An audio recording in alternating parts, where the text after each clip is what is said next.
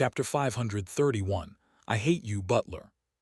The Great Black Dragon's Territory. Thud. Anton infused his magic power into the massive crystal orb he had installed in his lair. Then, wung, the magic circles engraved on the crystal orb began to glow. Urg, drawing in so much magic that even Anton, the mighty black dragon, found it hard to endure. Find it.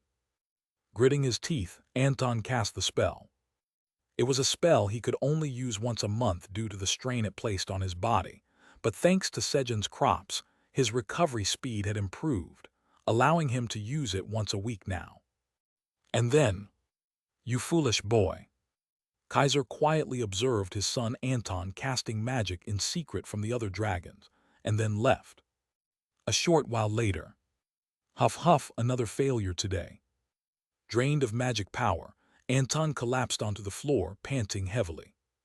Creator God's Temple. With the invasion of the seventh calamity, the planet-destroying turtle, Ilani, has been destroyed. With the invasion of the seventh calamity, the planet-destroying turtle, Bamia, has been destroyed. With the invasion of the seventh calamity, the planet-destroying turtle, Huanga, has been destroyed. Dozens of messages about world destructions appeared before the Creator God. The Creator God groaned, feeling a mix of guilt for the worlds that could not fully use the lives he had given them and sadness over the destruction of his creations. Creator God, perhaps we should seek Park Sejun's help after all. The Creator God's second apostle, Amour Lange, cautiously suggested. If misinterpreted, his words could be seen as disregarding the Creator God or expressing a reluctance to perform his current duties. Creator God, I also agree with Amour's suggestion. Fortunately, the Creator God's first apostle, Emila Ibens, lent support to Amour's words. And then, I too would like to seek Park Sejun's help. The Creator God agreed with their opinions. However, Park Sejun is too weak. Even though he wanted to ask for Sejun's help, he couldn't. The issue, once again, was Sejun's ability. Sejun was already exerting influence over the world to the maximum, or rather, beyond the maximum, that his soul and body could withstand. Just managing the influence he had created was already more than Sejun could handle. If he were given any additional responsibilities, his existence might not be able to withstand it. In the worst case, he could even disappear. Surpassing one's own limits, no matter how beneficial, is never advisable, not even for a good cause. Fenrir, no, Blackie, I'm counting on you. This was why the Creator God had left his third apostle, Blackie, at Sejun's side instead of summoning him here. To support Sejun so he wouldn't be swallowed by the massive wave of influence he had created. And also, even if I called, he wouldn't listen to me anyway. This decision was partly due to Blackie's notoriously difficult personality. 99th floor of the Black Tower. Kilahit Kaying. Hee Butler, get up, time to eat. Lick lick. A hungry Blackie diligently licked Sejun's face, trying to wake him up. Since Butler said it hurts when I press on him with my feet. It was Blackie's way of being considerate towards Sejun. But, Blackie, go play somewhere else. This ungrateful Butler ignored Blackie's act of kindness. Kaying. I hate you, Butler. Furious, Blackie raised his front paw with all his strength and Pug. Ugh. Gave Sejun a hard stomp before bolting out of the room. Why are you acting like this first thing in the morning? Completely clueless as to why Blackie was behaving this way, Sejun finally opened his eyes, and due to the effect of power, Sunfish Core, all your stat potentials has increased by 30. Check the message that appeared. Vice Chairman Theo. He called for Theo. He needed a massage to relieve his muscle pain. And then, meow. Theo, who answered Sejun's call half asleep. Press. Started kneading Sejun with his front paws. Though he had gotten a massage before bed the previous night, the effects had worn off. Kyung. Dad, good morning. The filial son Kyungi, who woke up earlier than usual and helped ease Sejun's body with a physical magic massage. Thanks to the massages from the two of them, Sejun was back to normal condition. "Blackie, where are you? Let's eat some roasted and dried sweet potato." "Kilahit Kaying." "Hee, great Blackie is here." "Heh, got you." "Kaying." Sejun lured Blackie over with the roasted sweet potato. "You stomped on me and ran off earlier, didn't you? Face the judgment of justice. Boo boo boo boo." "Kilahit." He retaliated by blowing raspberry on his belly. "Pew hu hut." "Q-he-he." Watching this, Theo and Kyungi naturally presented their bellas to Sejun, as if expecting the same treatment. Sejun spent some time going around, blowing raspberries on each of them on their bellies. Then, "Patrick Nim, can I go now?" After getting confirmation from Patrick, the 11 divided powers combine into one, activating power, strength to support 13 handfuls of sky for 13 seconds. Strength increases by 1300%. Click. He teleported to the 10th tower and used the gathered energy of creation that had accumulated over the day to upgrade the tower. And then, Hammernum, is the enhancing elixir ready yet? Hamer, the god of farming, says to stop rushing him as he's working hard on it. After giving Hamer a little nudge, Sejun planted the Destruction Pioneer seed and then returned to the Black Tower to make breakfast. It feels empty without Sejun, no one around. Without Sejun, no one, who usually prepared breakfast for him, Sejun found himself busy from the early morning. In the middle of it, Ramter, in an overly excited mood, came by and demanded some cherry wine and seafood stew like he had yesterday. "But what you ate yesterday wasn't free, please pay up." "Pew hu hut, that's right, meow. There's no such thing as a free meal in this world, meow. Ramternum, pay up, meow." "What?" In a spicy capitalist shock therapy, Sejun snapped Ramter back to reality. After finishing breakfast, slurp. Sejun enjoyed a brief moment of relaxation, drinking the coffee Kyungi had brewed for him before starting his morning tasks. Once coffee time ended, Theo went off to work, and Kyungi also left for the herb garden while clicking. Sejun entered the void storage to start his morning routine. He planted seeds for the pioneers and devourers, as well as the durian, pine, and cabbage seeds he'd purchased yesterday, then exited the void storage. He planned to do the harvest in the afternoon after Theo and Kyungi returned home. Just in case stat harvesting activated, stats might revert and cause severe muscle pain. With no harvest scheduled, Sejun found he had some free time in the morning. The moonfruit seed probably has something to do with moonlight, so I should try exposing it to moonlight when there's a blue moon. And for the generous green onion seed, Sejun started contemplating how to sprout the Transcendence grade seeds he'd bought yesterday. Now that he thought about it, those green onions had truly been generous. Their leaves grew quickly, serving as food, cooking ingredients, plates, ropes, and more, fulfilling so many roles. If it hadn't been for those green onions, surviving when he was stranded would have been much harder. Plus, the green onions had played a big role in helping him establish a contract with the Black Minotaurs. Not to mention, with the sturdy blade green onions, he'd managed to defeat locusts, and the detoxifying green onion had saved his life multiple times with its detoxifying properties. Green onions really are a remarkable plant.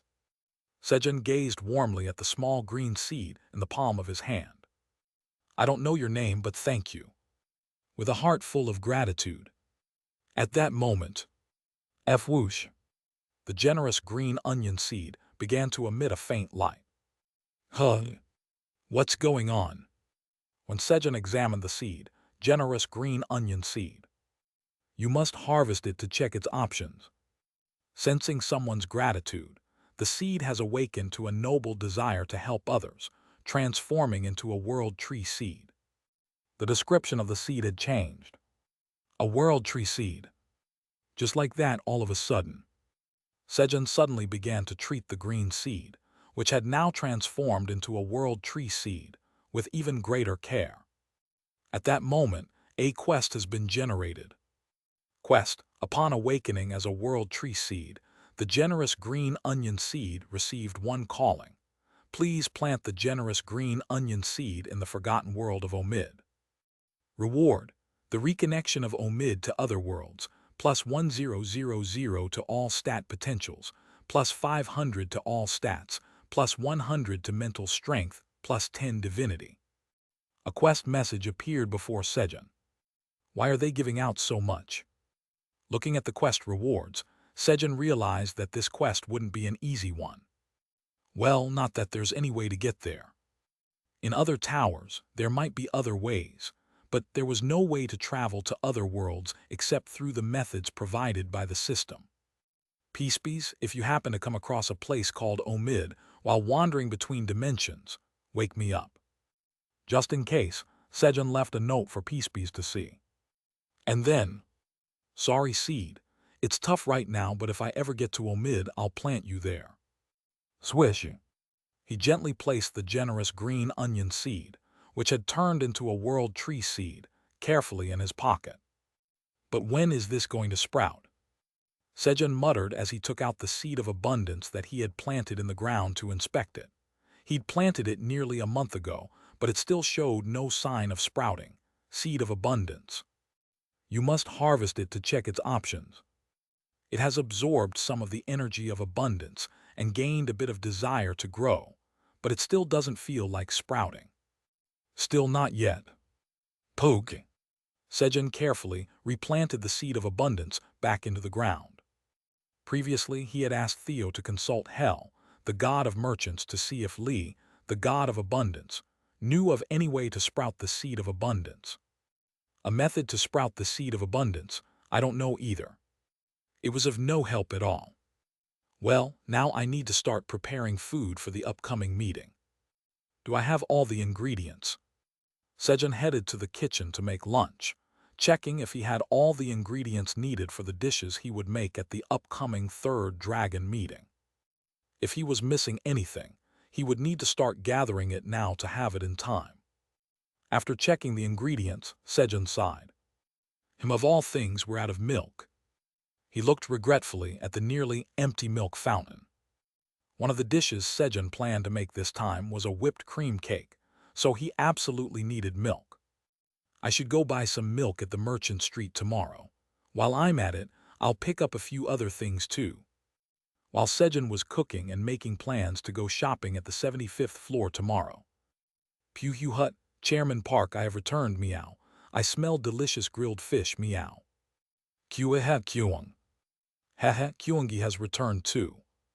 Theo and Kuangi returned. Kaying. Butler, is it time to eat? Blackie, who had been dozing in Sejun's sling bag the whole time, yawned and sniffed the air. And so they all sat down together to eat lunch. Everyone, are you ready? Puhu Hut, just trust in the hybrid vice chairman, meow. Kuang. Kuangi won't hurt Dad, I promise. Sejun received massages from Theo and Kuangi as he harvested his crops, resulting in a total stat increase of 190 from 3 harvests, while 260 stat points were reverted, reinforcing his battle aura. The next morning. All right, let's set off. Puhu Hut, got it, meow. Kueha. Kivihit. Sejun and his companions departed for the 75th floor of the tower to buy the ingredients they needed. You have arrived on the 75th floor of the Black Tower. Once they arrived on the 75th floor, Sejun made his way to the Merchant Street. Kueha Kuang. Hehe, Kuangi has pocket money. Kilahit Kaying. Hee, big bro Kuangi, buy me that. Kuangi and Blackie went off to buy snacks at a street stall. First, I'll take 100,000 bottles of milk and 10,000 each of that cheese and butter, please. Sejun purchased the ingredients he needed and stored them in the void storage.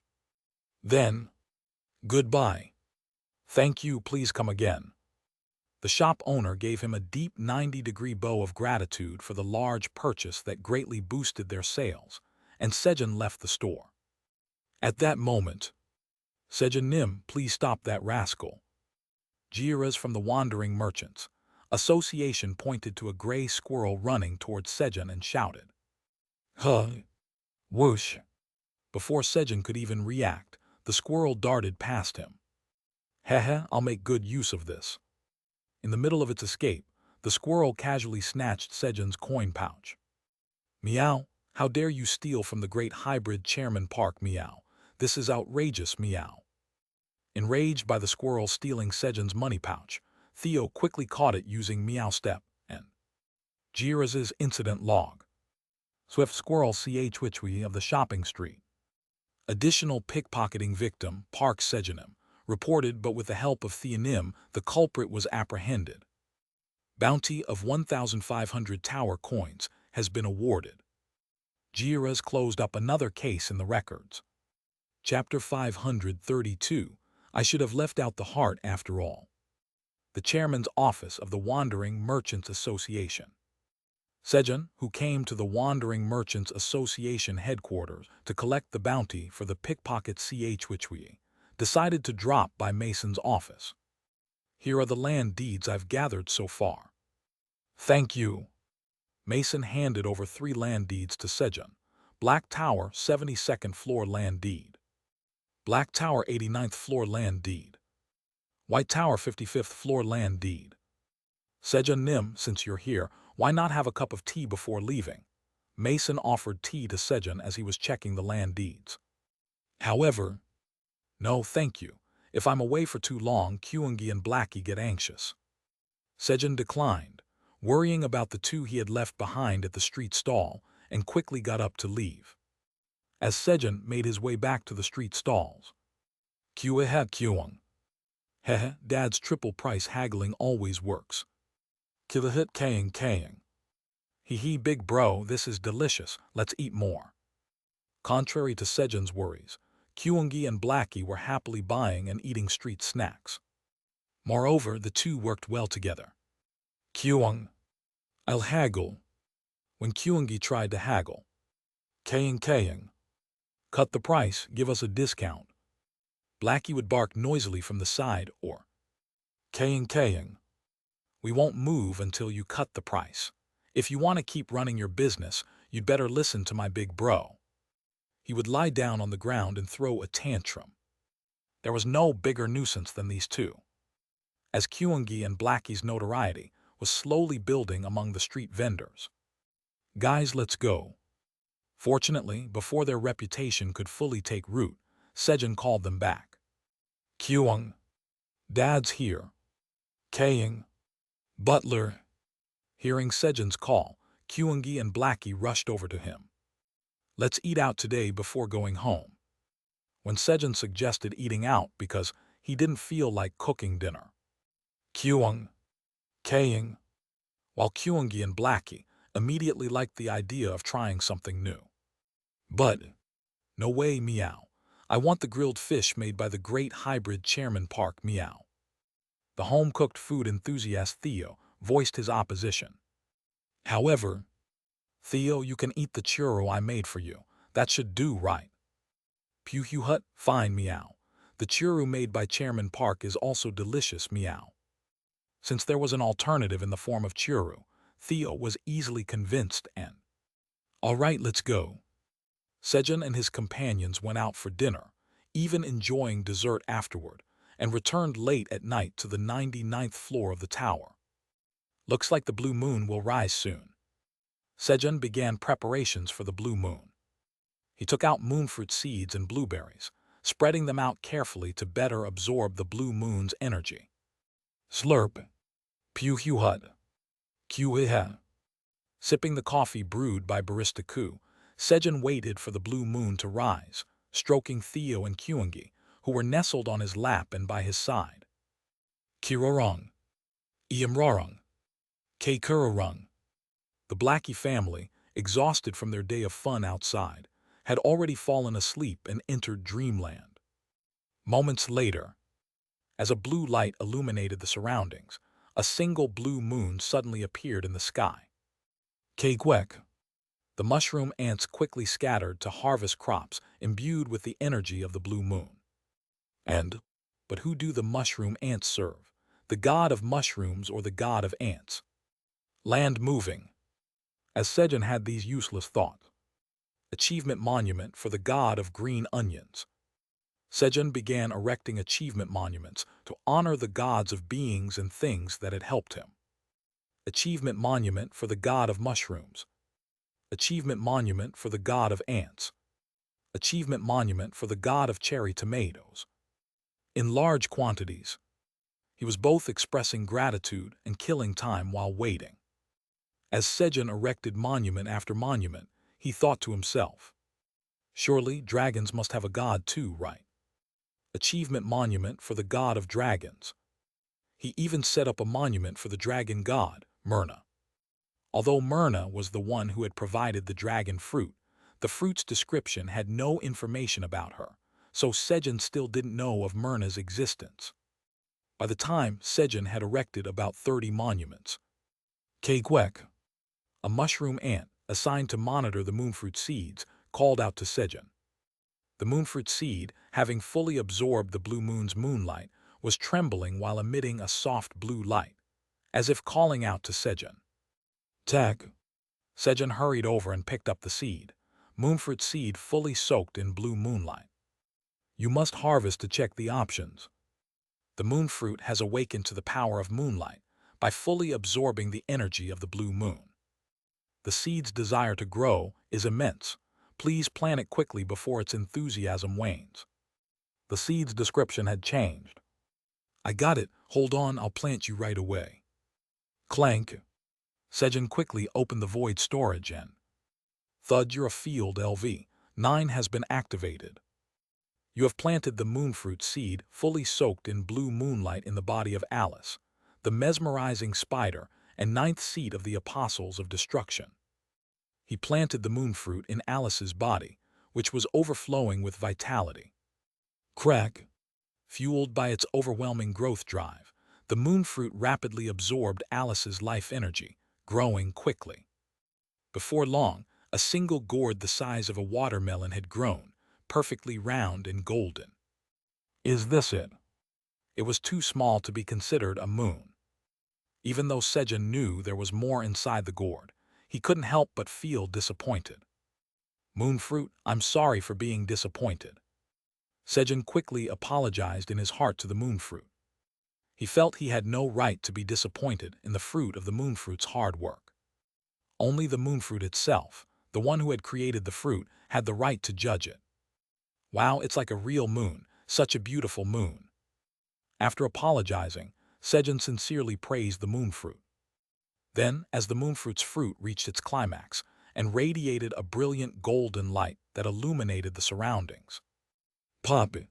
Sejun harvested the fruit containing the moon. You have harvested the moonfruit. Your job experience has increased slightly.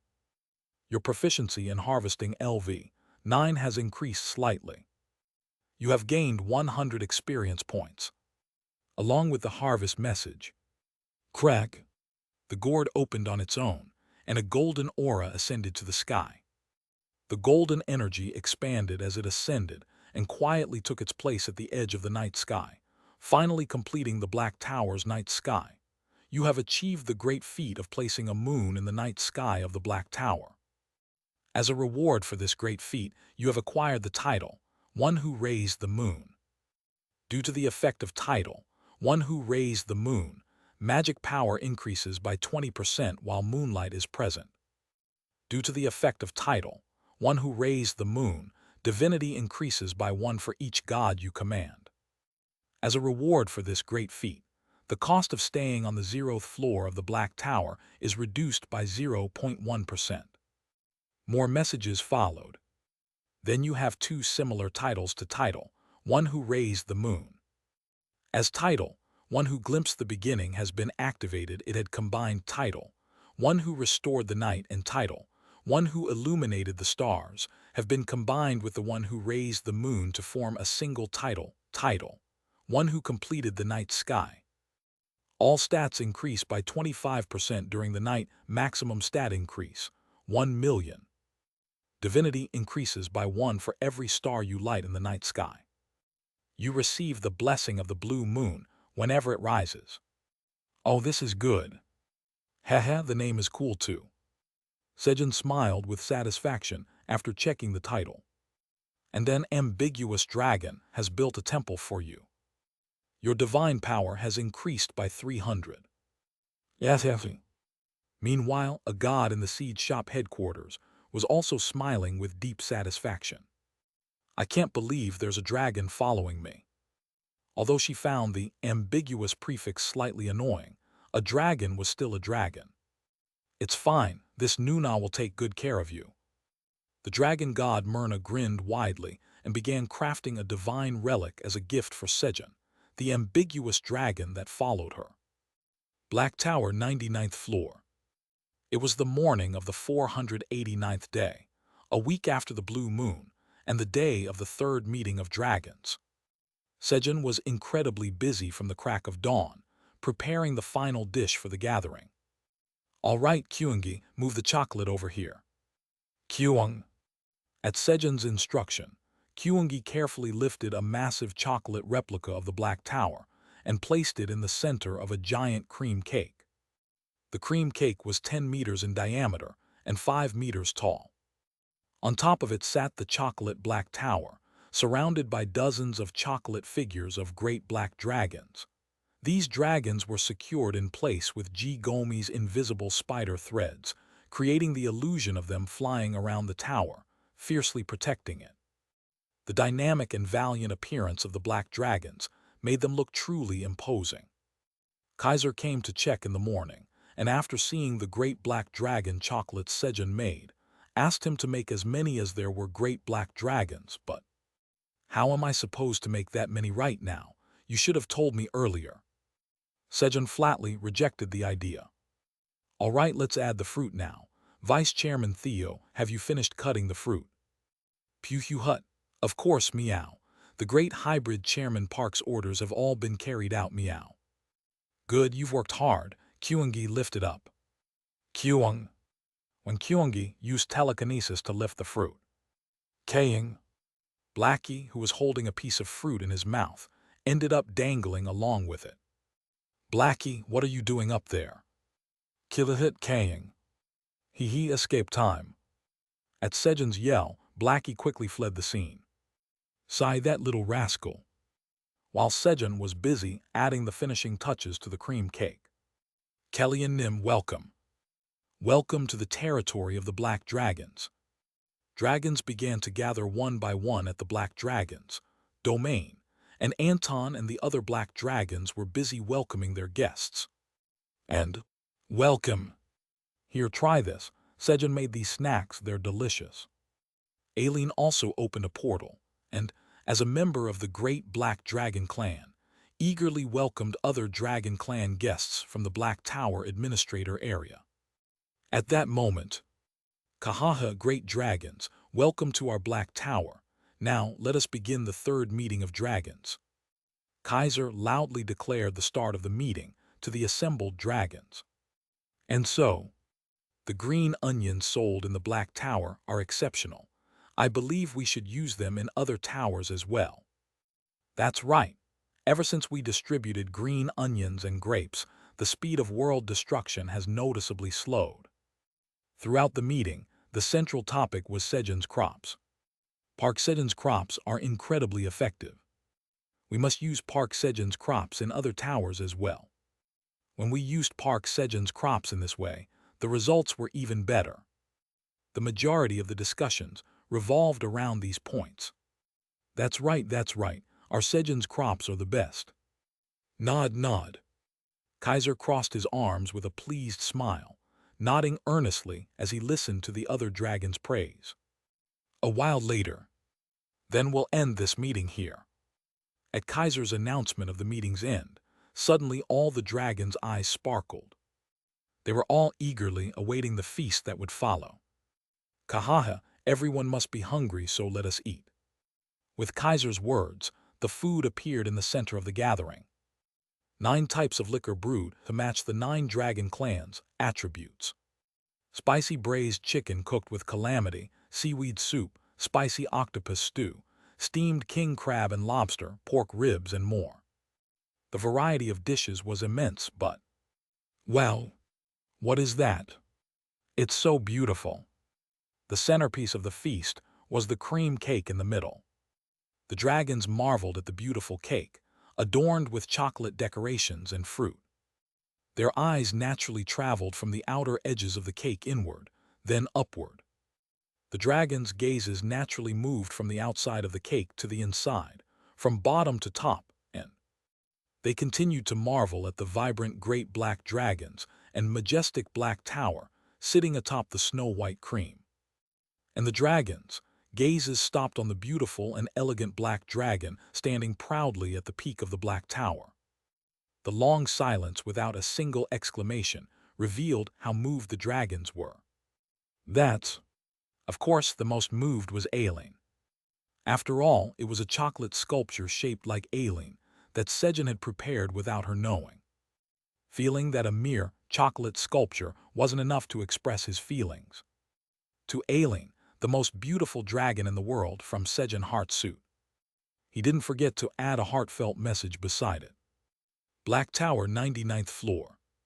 Great hybrid Chairman Park. No matter how much I think about it, the heart was a bit much, meow.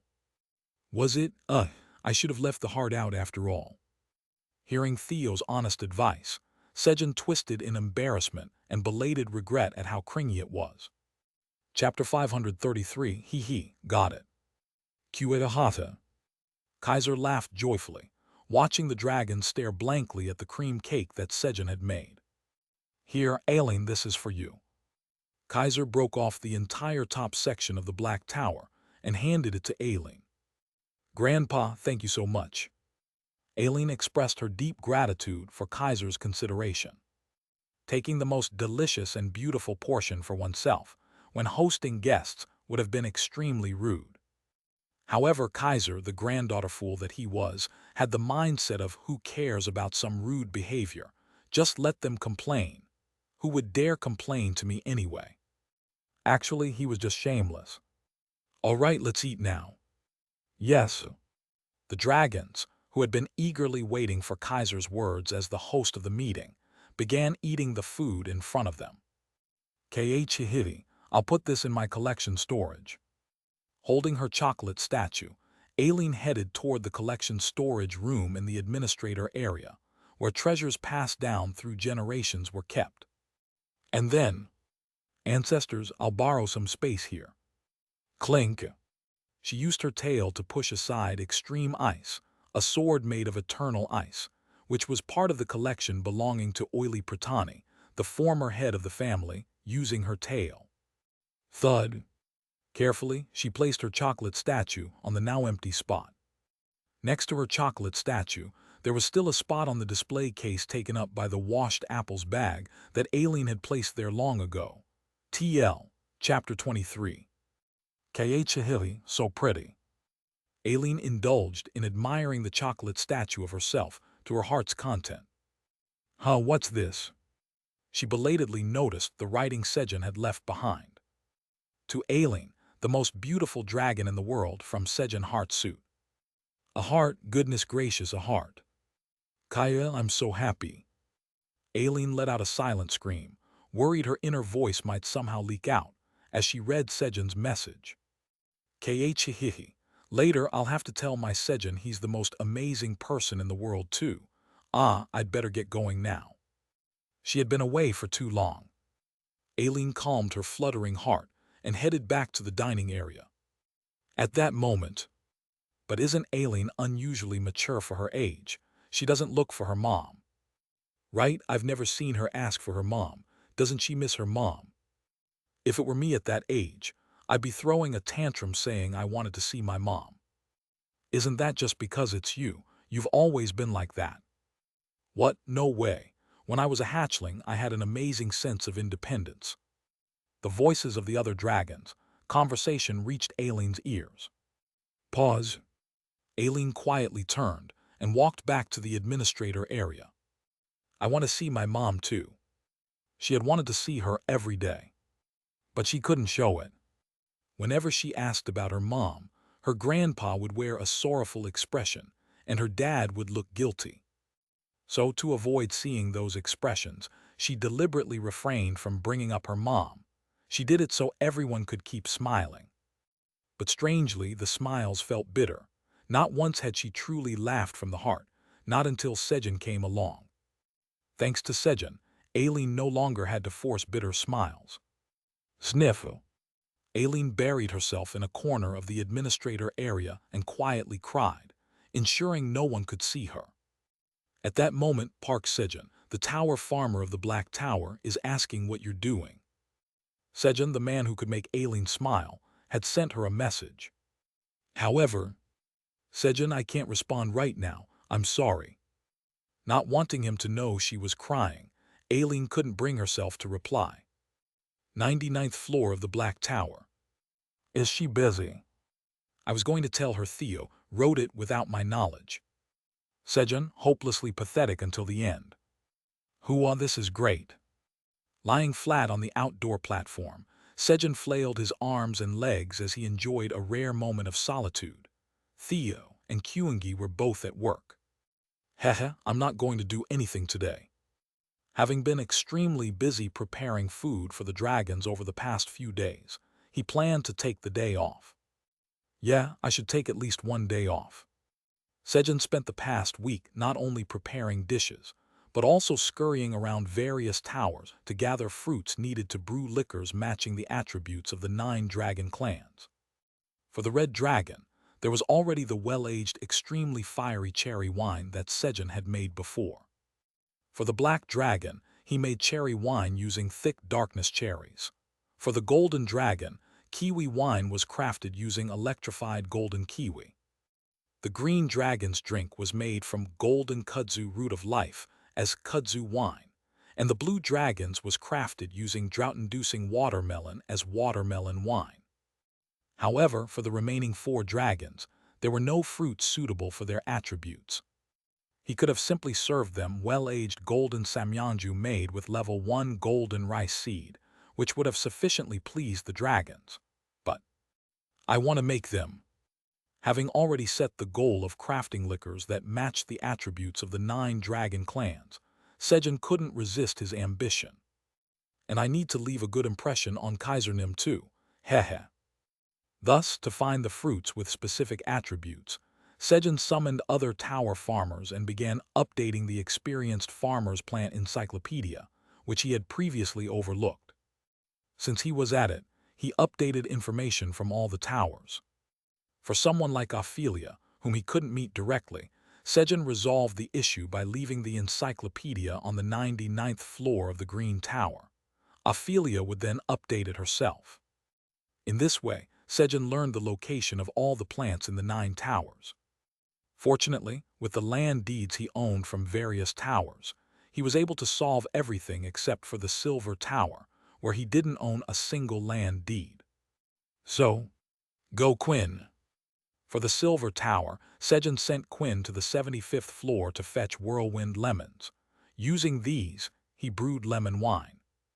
As for the remaining 3 towers, Sejun personally went with his companions. From the lime farm on the 55th floor of the White Tower, he obtained light-infused limes and made lime wine. From the grapefruit farm on the 89th floor of the Purple Tower, he retrieved paralyzing poison grapefruits to make grapefruit wine.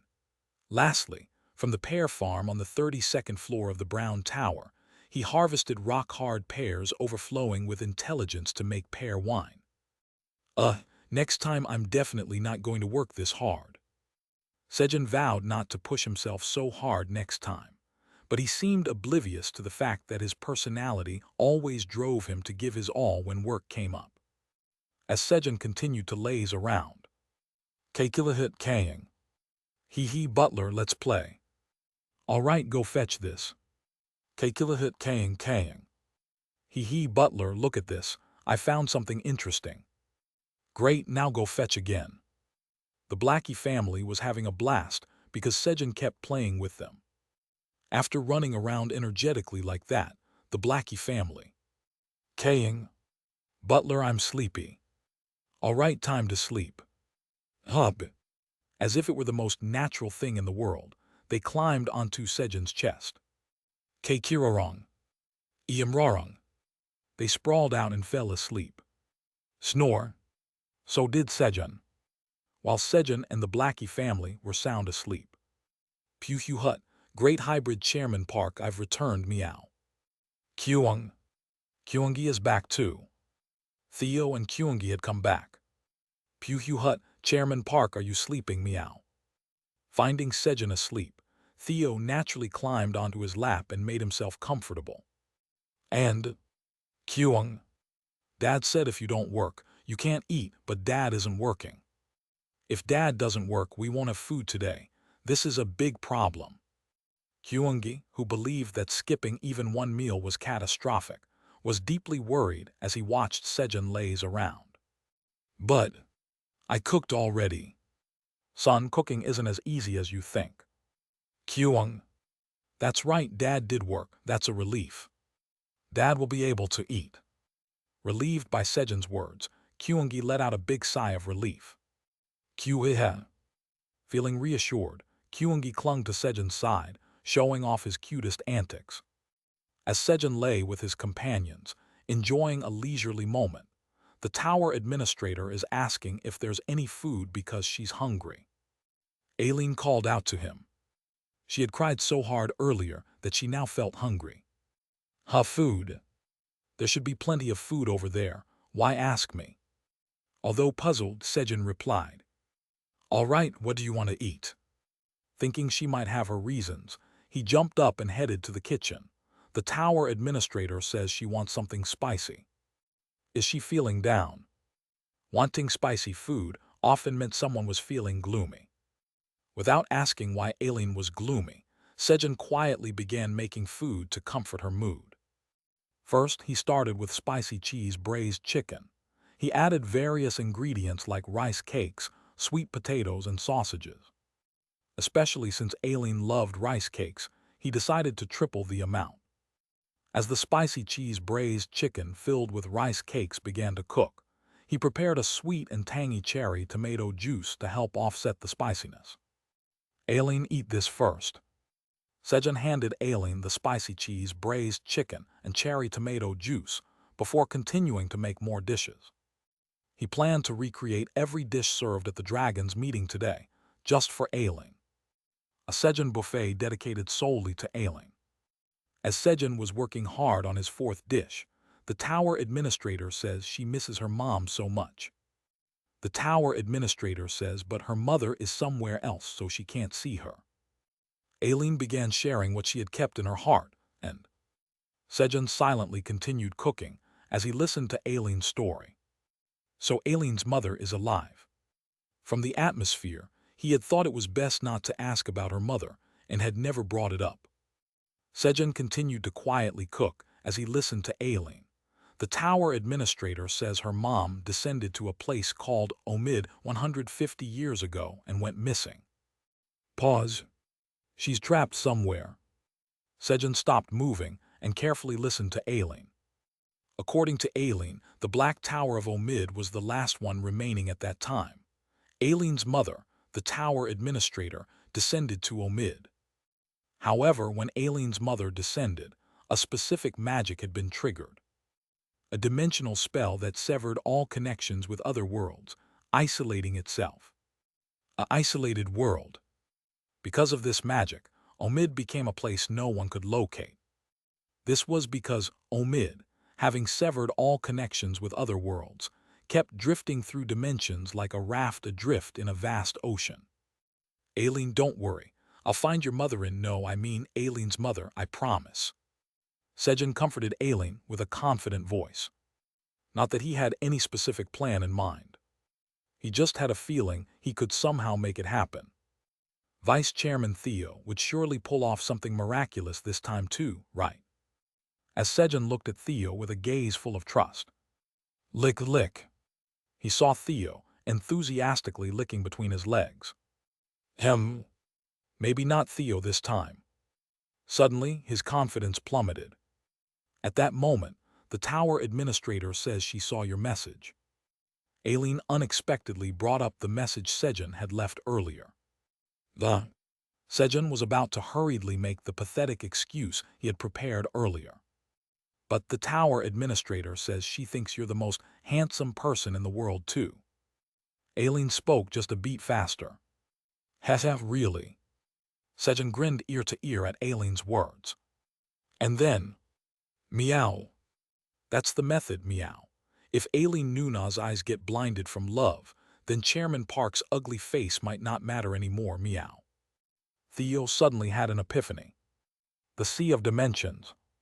Countless worlds floated like islands, while many others drifted freely along the currents of the dimensional sea. At that moment, he got it. Flamey grabbed hold of one drifting world with her roots. The name of the world Flamey caught was Omid. The one who pulled it off this time was Theo, but Flamey. Chapter 534. Mother-in-law, please wait a little longer. Son-in-law Park is coming to save you. The Black Dragon's territory. Kuahaha. Now let's try the electrified golden kiwi wine this time. Sure sounds good. At Kaiser's words, the other clan leaders began pouring kiwi wine into their cups. They were tasting each of the 9 attribute-infused wines that Sejun had made, one by one. When all their glasses were filled, Kaiser raised his cup. All right, drink. Gulp. The kiwi wine, infused with the energy of strong thunder, passed through their throats, sending a tingling electric sensation that pricked their senses. Krrrrrrr, this is electrifying. After drinking the delicious wine, Kaiser felt immensely pleased. Heh, I miss my granddaughter. Wanting to feel even better, he looked around, hopping to catch a glimpse of his granddaughter, who was probably somewhere savoring Sejun's food. However, Aileen was nowhere to be seen. Where did she go? I'll step out for a bit to get some fresh air. Kaiser quickly got up and began searching for Aileen. Could she be in the administrator's area? Kaiser headed toward the administrator area of the Black Tower. Upon arriving, he saw someone who had come ahead of him to look for Aileen. Anton. His son was standing there blankly. Kuahing Sejun, I miss Mom. While watching Aileen crying sadly saying she misses her mom. Kaiser silently stood there, gazing at his son and granddaughter. There wasn't anything he could do but watch quietly. Kuahiri, Sejun, this is delicious. Kaiser, seeing his granddaughter smile as she ate Sejun's food, finally turned away and left. Sigh. Anton, too, let out a deep sigh filled with relief, longing, and guilt, and then vanished into the shadows. 99th floor of the Black Tower. Starting today, we're forming a rescue team to save my mother-in-law, who's stranded in Omid. Pew Hut. That's great, meow. Since the great hybrid Chairman Park is the rescue team's chairman, hybrid vice chairman Theo, will be the vice chairman of the rescue team, meow. At Sejun's declaration, Theo Park immediately burned with enthusiasm to participate. Kyung. What is a mother-in-law? Kyungi tilted his head in confusion at the unfamiliar word. Kaying. Butler, I'm awake now, let's play again. Blackie, who had just woken up from a good nap, wagged his tail excitedly, asking to play. Kyungi, a mother-in-law is. Sejun was about to explain to Kyungi what a mother-in-law was. Originally, Sejun's mother-in-law is Kyungi's maternal grandmother, but Kyungi's mother is Pink Fur and... If I try to explain all this, the family tree gets too complicated. The family tree itself was a hybrid mess. Mother-in-law means Aileen's mother. After a moment of hesitation, Sejun gave a simplified explanation. Vice Chairman Theo, then from now on we'll search for mother-in-law, now search. Sejun grabbed Theo by the waist and lifted him high in the air, giving him the signal. Pushuhuhu, got it, meow meow. Theo extended his 2 front paws forward and began concentrating. The pull is too weak, meow. He felt a faint pull, but it was too weak to pinpoint. However, Hut, with the help of Chairman Park, hybrid Vice Chairman Theo, am invincible, meow. There were no limits for Theo, the devout follower of Sejun's knees. Meow, I feel a pull, meow. Theo succeeded in detecting something. What, really? Hut, That's right, meow. There's nothing I can't do when I'm with Chairman Park, meow. Theo proudly rested his two front paws on his waist, puffing up with pride. Where is it? It's right beneath us, meow. Beneath us. Hut, trust me and follow, meow. Over there, meow. All right. Following Theo's directions, Sejun walked toward the location Theo pointed to while still holding him. Here. Hut, that's right, meow. You have to go below the pond, meow. Theo pointed to pond within a cave. Really? Then let's go right away. With that, Sejun and his group entered the pond. Theo used his water attribute talent to create bubble helmets, and one by one, they put them on and swam down to the bottom of the pond. Hut, it's here, meow. Theo pointed to a passageway at the bottom of the pond. It was a path leading to the Sea of Dimensions. Oh, if we go out through there, will we find it? Hut, that's right, meow. I can feel the pull coming from that direction, meow. Hearing Theo's words, Sejun moved toward the passage. Suddenly, the Orb of Death's energy warns of imminent death. The Orb of Death's energy formed ominous red letters in front of Sejun, warning him that the path ahead led to death. This wasn't surprising. If exposed to the dimensional pressure of the Sea of Dimensions, Sejun wouldn't be able to endure it and would immediately disintegrate. Even if he somehow withstood the dimensional pressure, he would still be swept away by the violent dimensional currents, left to wander aimlessly in the Sea of Dimensions. For this reason, even the mighty dragons dared not venture recklessly into the Sea of Dimensions. Even dragons could meet their end, drifting helplessly after being caught in the dimensional currents.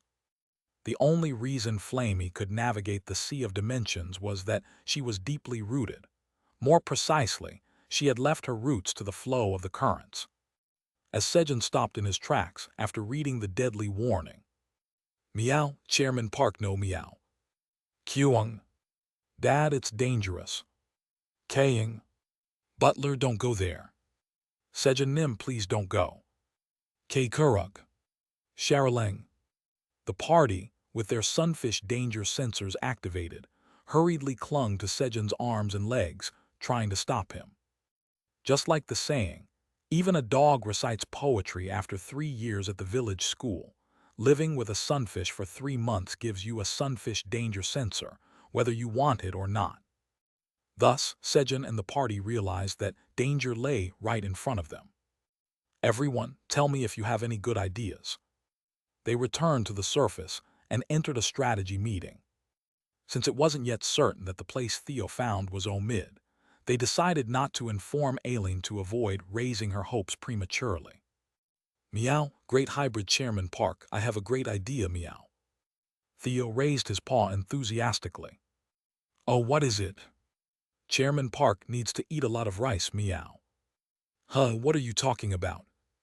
If you eat a lot, you'll become stronger, meow. Ahem.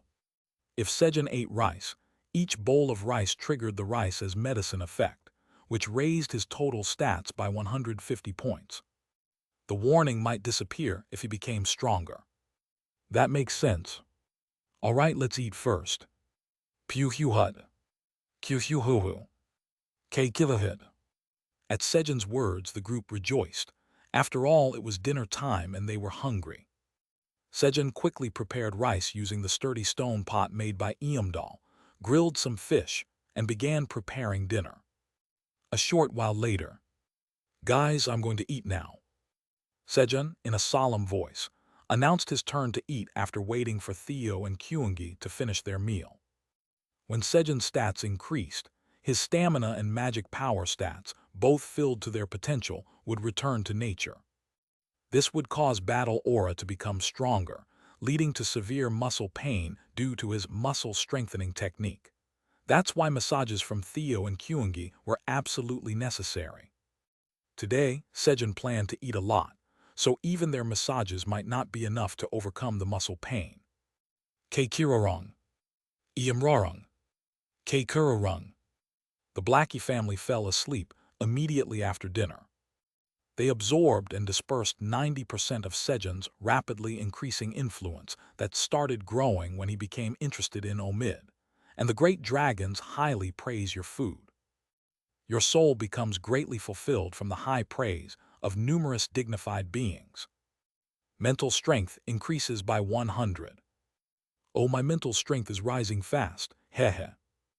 Although they were absorbing 90% of the mental strength being poured into Sejun from the dragons, praise to prevent overload. Eat, sleep, and play, what an easy life. But to him, the Blackie family just looked like a bunch of freeloaders. Despite his grumpy tone, Sejun carefully placed the Blackie family in his sling bag with care and picked up his spoon. The menu, soy sauce, butter, egg, rice.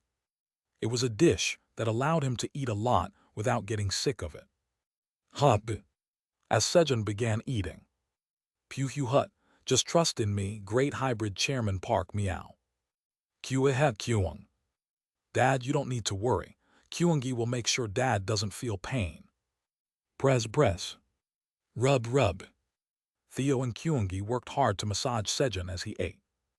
When Sejun had eaten about 5 bowls of rice, you have consumed 100,000 grains of rice. The rice as medicine effect is activated. Your total stats randomly increase by 150 across strength, stamina, agility, and magic power. Strength increased by 20, stamina by 70, agility by 50, and magic power by 10. Agility, stamina, and magic power stats have reached their potential limits. The notifications appeared. Before he knew it, even his agility stat had reached its full potential. And then, throb. The muscle pain grew worse, reaching a point where even Theo and Kuangi's massages could no longer alleviate it. Meow, Chairman Park, are you okay, meow? Kuang. Dad, are you okay? I'm fine. Sejun reassured the two, calming them down and resumed eating. Mother-in-law, please wait just a little longer. Son-in-law Park is coming to save you. It was unnecessarily dramatic for just eating rice, but Sejun was really in too much pain. His overflowing battle aura tore through his muscles continuously, and the more he ate, the stronger that energy became. After finishing about 8 bowls of rice, gulp, every swallow became painful as it stimulated his throat muscles. Even his jaw and facial muscles hurt with every chew. Even so, Sejun didn't give up and kept eating. And in the end, he burned himself out. After eating 10 bowls of rice, returning 800 of his total 1,500 stats, Sejun succumbed to the unbearable muscle pain and passed out. Press. Rub. Theo and Kuangi carried the unconscious Sejun to his bed, continuing to massage him until Gororong. Kurorong. They too fell sound asleep. A few hours later. Pip, good night, everyone. Peacebees woke up and greeted the exhausted, sleeping Sejun and the others with a cheerful night greeting. Of course, since everyone was asleep, no one responded. Flap. Peacebees went to the kitchen. Slurp. As he sipped the juice from the fruits Sejun had prepared, he pondered how to find Omid, as Sejun had requested. At that moment, Peacebees. Flamey Nuna. Flamey called out to Peacebees in a very soft voice. It was so quiet that most wouldn't have heard it, but Peacebees heard it loud and clear. Yes, it's me, come this way. Pip, this way. Yes, follow my energy and open a dimensional gate. Pip, got it. Finishing his meal quickly. Pip. Peacebees flew swiftly toward the coordinates Flamey had marked. Shoo. Before long, Peacebees arrived in another world. Where am I? Peacebees hurriedly looked around. We must stop the enemy at all costs. We need to buy time. Kill all those who follow the dragons. Now's our chance to kill the dragon. What Peacebees saw and heard was a fierce battle between soldiers defending a massive fortress wall and those attacking it. Both sides fought desperately, with resolute determination. Although Peacebees found himself in the middle of this chaotic battlefield, His exceptional stealth skills ensured that no one noticed him. Why are they fighting? Peacebees, watching the battle between the two factions, asked Flamey. Pip pip, Flamey Nuna, where is this place? This is Omid, the place Sejun Nim is searching for. Pip pip, really? Yes, what's the situation there? Since the world was closed off and Flamey couldn't see inside, she asked for an update. Forcing a view inside the world wasn't impossible, but doing so could break the world itself. In the worst-case scenario, it might even cause the world to collapse. I'm not sure, but the two sides are fighting each other. Fighting? Pip pip, yes, what should I do? Now head back and... While Peacebees and Flamey were discussing their plan. There's a rat here.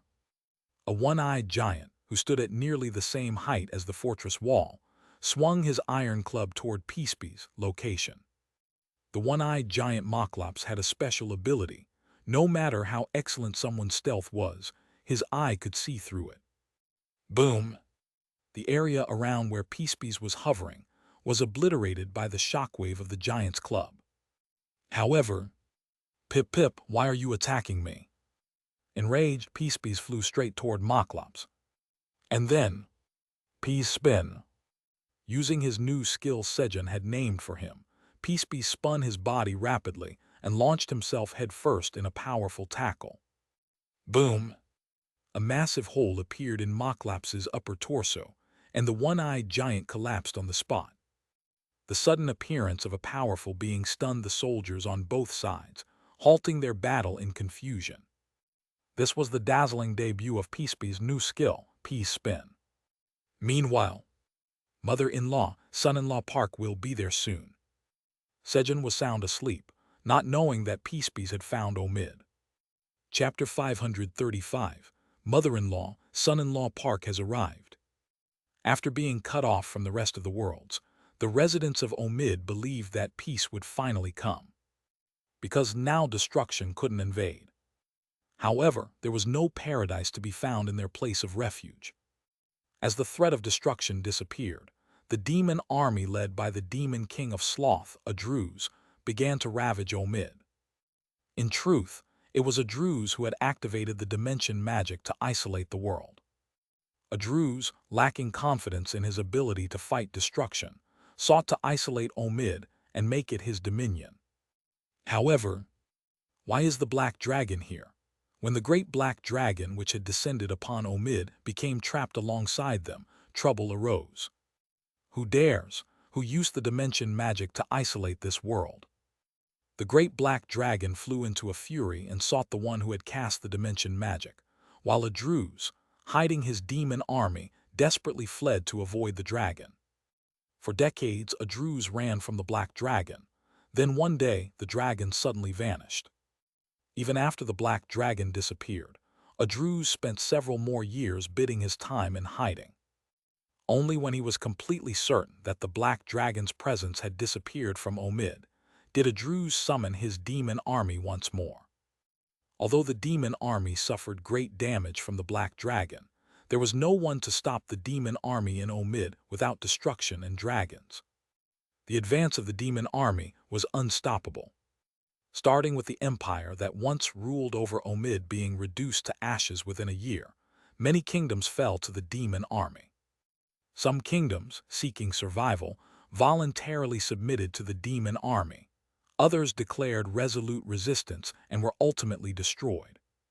In the process, an enormous number of refugees were created, but there was no kingdom left to protect them. It was then, if you go to Mount Modin, the great Black Dragon will protect you. A rumor began to spread among the refugees. Clutching at straws, the refugees braved countless hardships to head toward Mount Modin. And as rumored, those who received permission from the Black Dragon were living within huge fortress walls. Welcome, this is the territory of the great Black Dragon Elizabeth Pratani. You are safe now. These people welcomed the refugees within the walls, and the refugees settled in the land granted by the Black Dragon. There they prepared for the inevitable battle with the demon army while leading peaceful lives. But that peace did not last long. The demon army, which had conquered all of Omid, eventually turned its eyes toward the Black Dragon's territory. Without hesitation, they began their assault on the dragon's domain. Adruz, the demon king of sloth, was certain that the Black Dragon would not be able to act.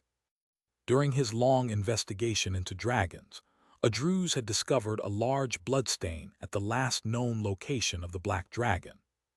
A large bloodstain and the subsequent disappearance of the Black Dragon. Connecting the two led to one conclusion: a serious injury.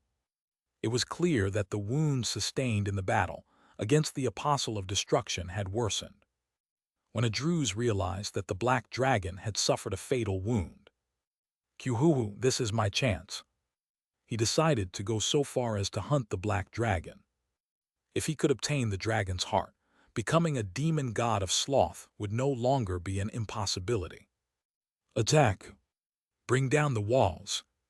The demon army invaded the Black Dragon's domain, but as expected by Adruz, the Black Dragon did not reveal itself despite its territory being under attack. Prescription. Instead, boom! Occasionally, it would unleash magic to annihilate the demon army, but the forces waiting in reserve far outnumbered those wiped out. And seeing the Black Dragon unable to attack distant troops, Adruz became even more convinced. The Black Dragon had weakened to the point where it could not even detect enemies far away. Adruz continued sending troops, deliberately provoking the Black Dragon into repeatedly using its magic. It was to make it more exhausted. No matter how fatally wounded, a dragon was still a dragon. Even one hit would mean his annihilation. He had to exhaust the Black Dragon to the point where it couldn't even resist his final strike. And so, after years of relentless efforts, signs of the Black Dragon's fatigue began to show. The intervals at which it cast magic once every hour gradually grew longer. Then, a few days ago, the dragon stopped using magic altogether. It's over now, the dragon's heart is mine. Just as Adruz was nearly certain of his victory in the hunt for the dragon. Peace bin. His plans crumbled due to a single golden bat that appeared using a technique with a strange name. Pip Pip, did you tell him to attack me? Before Adruz knew it, the golden bat Peacebees had appeared in front of him and was preparing to attack. Peace bin. Cull. Adruz, the demon king of sloth, was struck by Peacebees' attack and was sealed within a small stone. 99th floor of the Black Tower. Urglak. Sejun woke up to start his morning with muscle pain. And then, meow. Kyung. Hearing Sejun's groans, Theo and Kyungi rubbed their eyes as they woke up. Need. Press. They hurried over to give Sejun a massage. Though even their massages couldn't help Sejun's muscle pain yesterday, overnight, his muscles had adjusted to the strengthened energy that had been infused, and the soreness was greatly reduced. Thanks, you guys. Killahit Kaying. Hee, butler, let me help too. No, Blackie, you go fetch this, Sejun gritted his teeth through the soreness, and threw a rounded stone with all his strength. Killahit Kaying. Hee, got it, I'll play fetch with you, butler. Although his intention was to send Blackie away to avoid further disruption, Blackie, thinking it was playing a game with Sejun, happily ran off to retrieve the stone. Ah, that's better. While receiving massages from Theo and Kyungi, Sejun checked a message that appeared before him. Due to the effect of power, Sunfish Core, all stat potentials have increased by 30. After checking the message, how much strength stat potential is left? He checked his stats. Strength, 10 237/16 122, stamina 10 592/13 622, agility 9 255/12 255, magic power 10 793/13 823, mental strength 3000/5 000, divinity 35 9934/100. Contrary to Sejun's expectations, there was plenty of potential left in all his stats. Each of his stat potentials had increased by a whopping 3,000. Yesterday's efforts had caused his muscle-strengthening technique to grow to the next level, raising his potential. Hezzy. All that hard work had paid off. As a side note, Blackie had contributed to raising his mental strength, but instead of trying to get credit for it, Blackie, sniff sniff, Kaying, where did it go, was busily digging in the ground, searching for the stone Sejun had thrown. Shortly after, everyone gather around. Sejun called his companions together to head to the 10th tower and attempted to activate the power, strength to support 13 handfuls of sky. However, the power did not activate. Hey, who's missing? Let's do a roll call. I'll start. 1, 2, Meow. Kyung. 3, Kaying. 5, K. Kurug. Sharalering. Mumu. The roll call ended at 11. And then, Peacebees isn't here. Sejun realized that Peacebees hadn't returned yet. Where did it go? Peacebees. Sejun quickly began searching for the golden bat. At that moment, Meow, Chairman Park, I feel yesterday's pull coming from here, Meow. Theo pointed toward a dimensional gate that Peacebees seemed to have created. What? This is. When Sejun discovered a small dimensional gate, approximately 15 centimeters in diameter, leading to Omid. Pip Pip Elizabeth Nim, hello, I'm Hybrid Golden Bat Peacebees. Peacebees greeted Elizabeth Pratani, Aileen's mother, after obliterating the demon army. Normally, it would have been impossible for Peacebees to face the mighty dragon, but Elizabeth's energy was in a greatly weakened state. Elizabeth, appearing frail, had curled her body tightly as though nursing an injury to her abdomen. Yet, she was trying her best to maintain the dignity unique to the great black dragon. Ah, so your Peacebees, thank you for helping me. Elizabeth expressed her gratitude to Peacebees, as the situation could have become truly dangerous if Peacebees hadn't appeared. Normally, she wouldn't have allowed Peacebees to approach her so easily, but she sensed Kaiser's aura emanating from Peacebees, which was why she called him in. And then, there isn't much time left. In truth, Elizabeth was in no position to be picky or question the situation. Bahe, it's nothing. Elizabeth Nim, your Aileen Nuna's mother. Of course I had to help. Oh, you know my Aileen. My Aileen is Erg. Hearing Aileen's name, Elizabeth twisted her body violently in pain. It seemed her movements had irritated her wounds. Thud. Overwhelmed by the pain, Elizabeth collapsed and dropped her head as she lost consciousness. Pip Pip, what do I do? Seeing Elizabeth in such a state, Peacebees panicked, unsure of what to do. After a moment of contemplation, Pip Pip, Sejun Nim will surely have a solution. Just as he was about to hurry back to the dimensional gate while thinking of Sejun, the most reliable and omnipotent being he could trust and depend on. Puhuhut Peacebees, so here you are, Meow. Theo, who used Meow Step, suddenly appeared in front of Peacebees. With the liquid-like flexibility unique to cats, Theo had managed to squeeze through the narrow dimensional gate and find Peacebees. Meow, but is this Dragon Nim the mother-in-law of Great Hybrid Chairman Park, Meow? Pip Pip, yes, this is Elizabeth Nim, Sejun Nim's mother-in-law. She suddenly collapsed, what should we do? Puhuhut, don't worry, Peacebees. With my healing skills, Hybrid Vice Chairman Theo, will treat Chairman Park's mother-in-law, Meow. You go inform Chairman Park, Meow. Pip Pip understood. Flap flap. As Peacebees flew off, Theo began to massage Elizabeth's body with his front paws. Flash. Suddenly, Theo's paws emitted a blinding light as he burned through a pile of money. Realizing the severity of the situation, Theo spent every last coin Sejun had entrusted to him before his departure. However, the amount wasn't enough to heal the great dragon. Far more astronomical sums were required. And then, Hell Nim, give me money, Meow. If you don't, it's impeachment, Meow. Having run out of money, Theo resorted to extorting Hell, the god of merchants, as he worked diligently to heal Elizabeth. Pip pip, I need to quickly tell Sejun Nim. Flap flap. Peace flew hard using Peace Step and crossed the dimensional gate. Sejun Nim. The moment Peace passed through the dimensional gate and urgently called for Sejun. At the gate's entrance, Sejun, Kyungi, Blackie family, and the dragons of the Four Dragons Council were already waiting for it. It was thanks to Ji Gomi, who had listened to Theo's report through the spider thread connection and relayed the situation to them. They were prepared. Peace quickly put this on. Sejun threw a piece of skin over Peace which belonged to the great golden dragon, Artemis Yull. Transform. At Sejun's command, Kaiser used dragon speech to transform Peace skin into that of a golden dragon. The skin was taken from Artemis's shoulder just moments ago while he was drinking. Kaiser, what are you doing?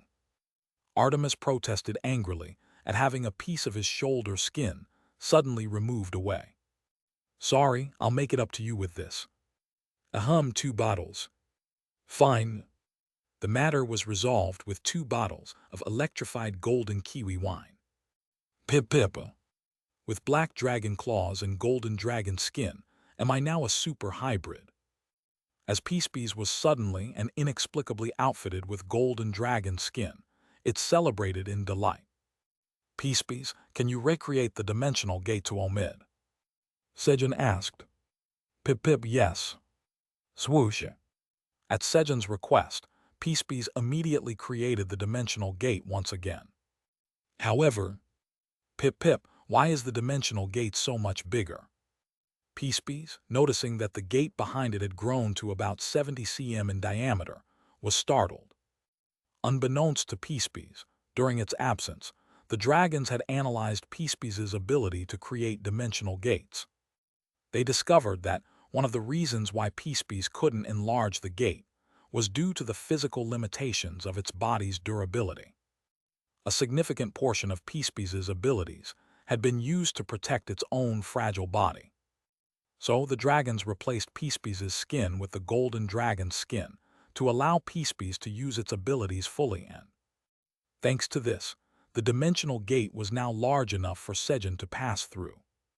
And then, Anton, controlling the black dragon statue, spoke in a cold voice and took the lead. Yes. Sejun quietly followed Anton, using Kyungi's telekinetic powers to fly. Although he had grown somewhat close to Kaiser, his relationship with his future father-in-law, Anton, was still very awkward. So the two flew in silence and a suffocating, murderous silence hung in the air. At that moment, Kaying.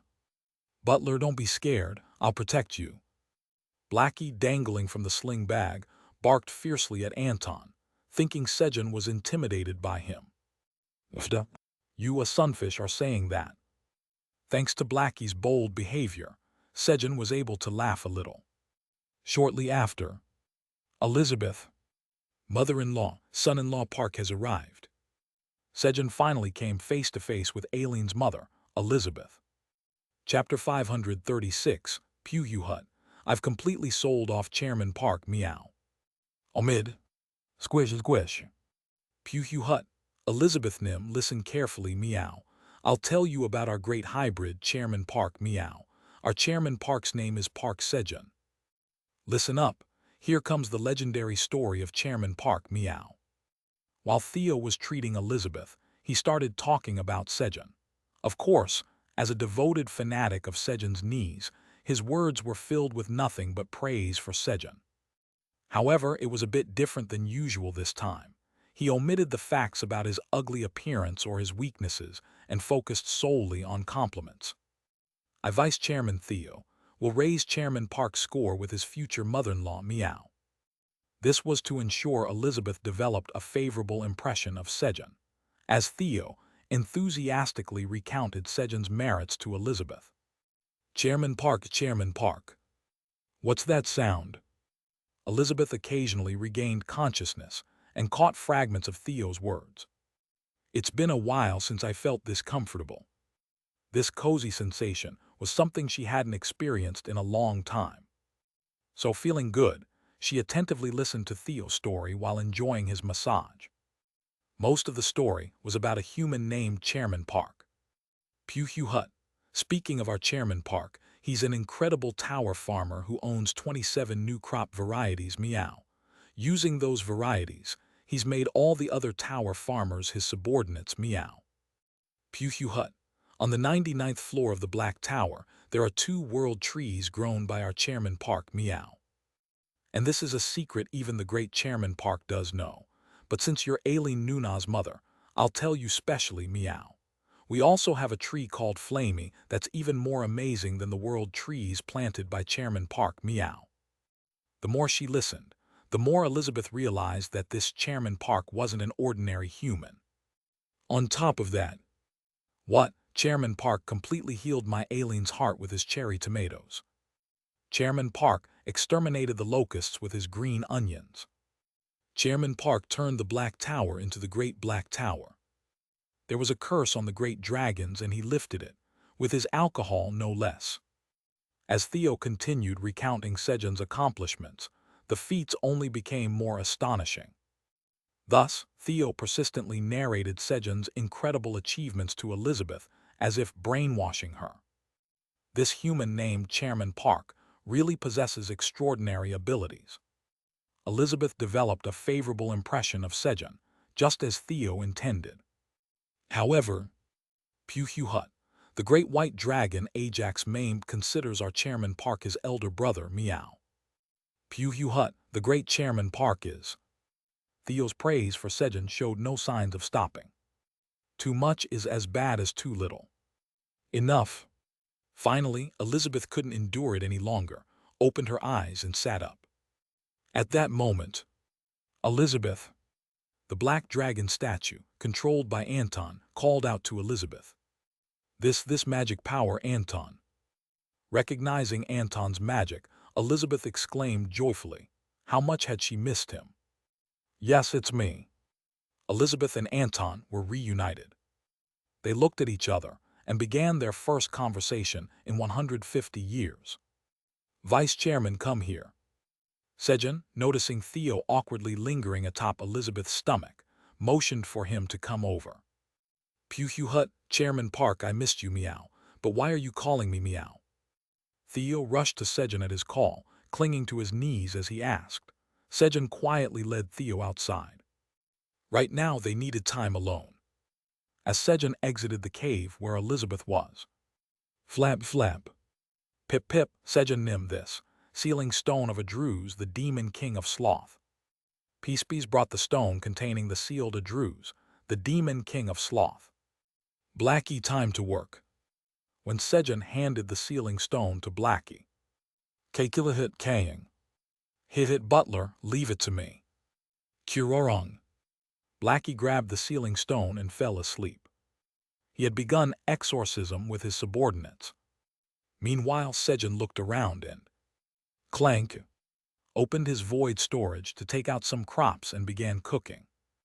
Mother-in-law's condition is too poor. Elizabeth's condition was poor, so Sejun decided to prepare a nourishing dish to restore her health. The fact that Sejun could stand near Elizabeth in her true form and remain unaffected demonstrated just how severe her condition was.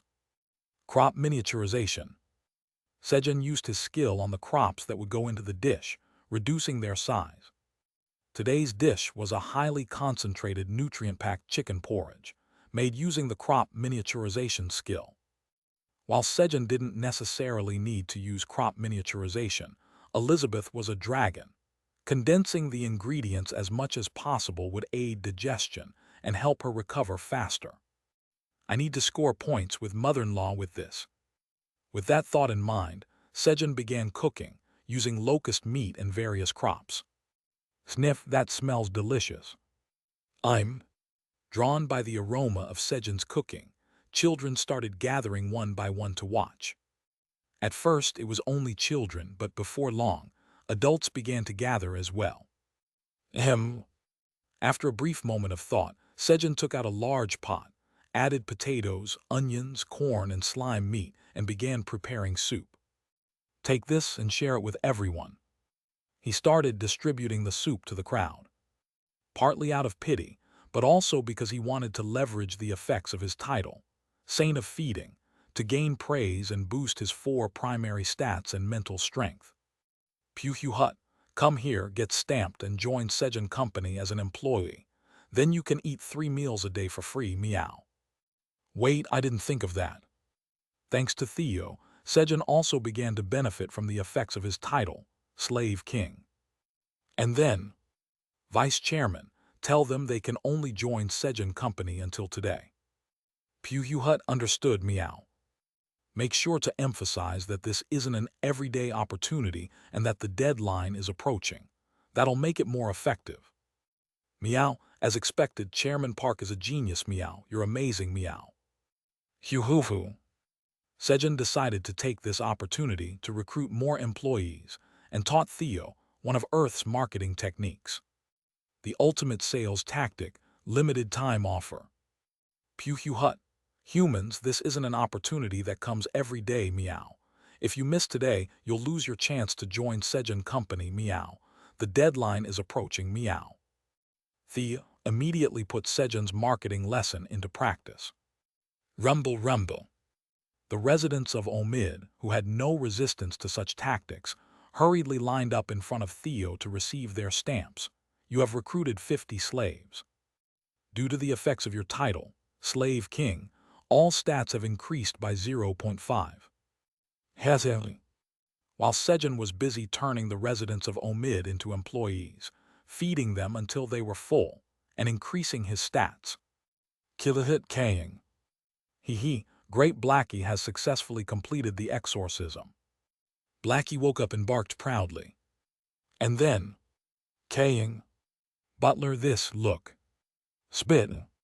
Blackie spat out the stone that had once sealed a Druze, the demon king of sloth, into Sejun's hand. Heart of a Druze, the demon king of sloth. The sealing stone, now devoid of a Druze soul, had transformed into the demon king's heart. How dare you make my mother-in-law suffer? Crack. Sejun crushed a Druze heart and continued stirring the porridge to ensure it didn't burn. Sejun, Elizabeth says she wants to see you. Anton called out to Sejun. Yes, just a moment. Finally, the long-awaited first meeting with his mother-in-law. Sejun quickly grabbed the pot of porridge and entered the cave. Squish. Chairman Park's face must look as good as possible, meow. Theo diligently patted Sejun's face with his front paws, trying to help him make a good first impression. This time, Sejun quietly received the facial massage. Black Tower Administrator Area. Is it true you found Omid? How? Kuahaha. Once again our lucky charm Sejun found it. Right now, your dad and Sejun are in Omid looking for your mom. Kitahiri. As expected of my man. Hearing Kaiser's words that Sejun had found her mother, Aileen smiled shyly. But then, what? Sejun is with them too? Aileen was taken aback. The fact that Sejun went to visit her mother meant he was going to meet the dragon's true form. Sejun was in danger. Aileen, don't worry, your mother is currently. Kaiser reassured the anxious Aileen, explaining Elizabeth's current condition. She was in a severely weakened state, so there was no chance of Sejun being harmed. However, what? I can't meet my mom. It seemed unlikely that Elizabeth would be able to return until her body recovered. The last time Aileen saw Elizabeth was when she was 50 years old. Since then, 150 years had passed, and for Aileen, who desperately wanted to see her mother, this was heartbreaking news. But will Mom like Sejun? Aileen asked, worrying about Sejun. Well, come to think of it, did Elizabeth marry our Anton after seeing his face? Will our Sejun be okay? Kaiser suddenly started worrying about his future grandson-in-law.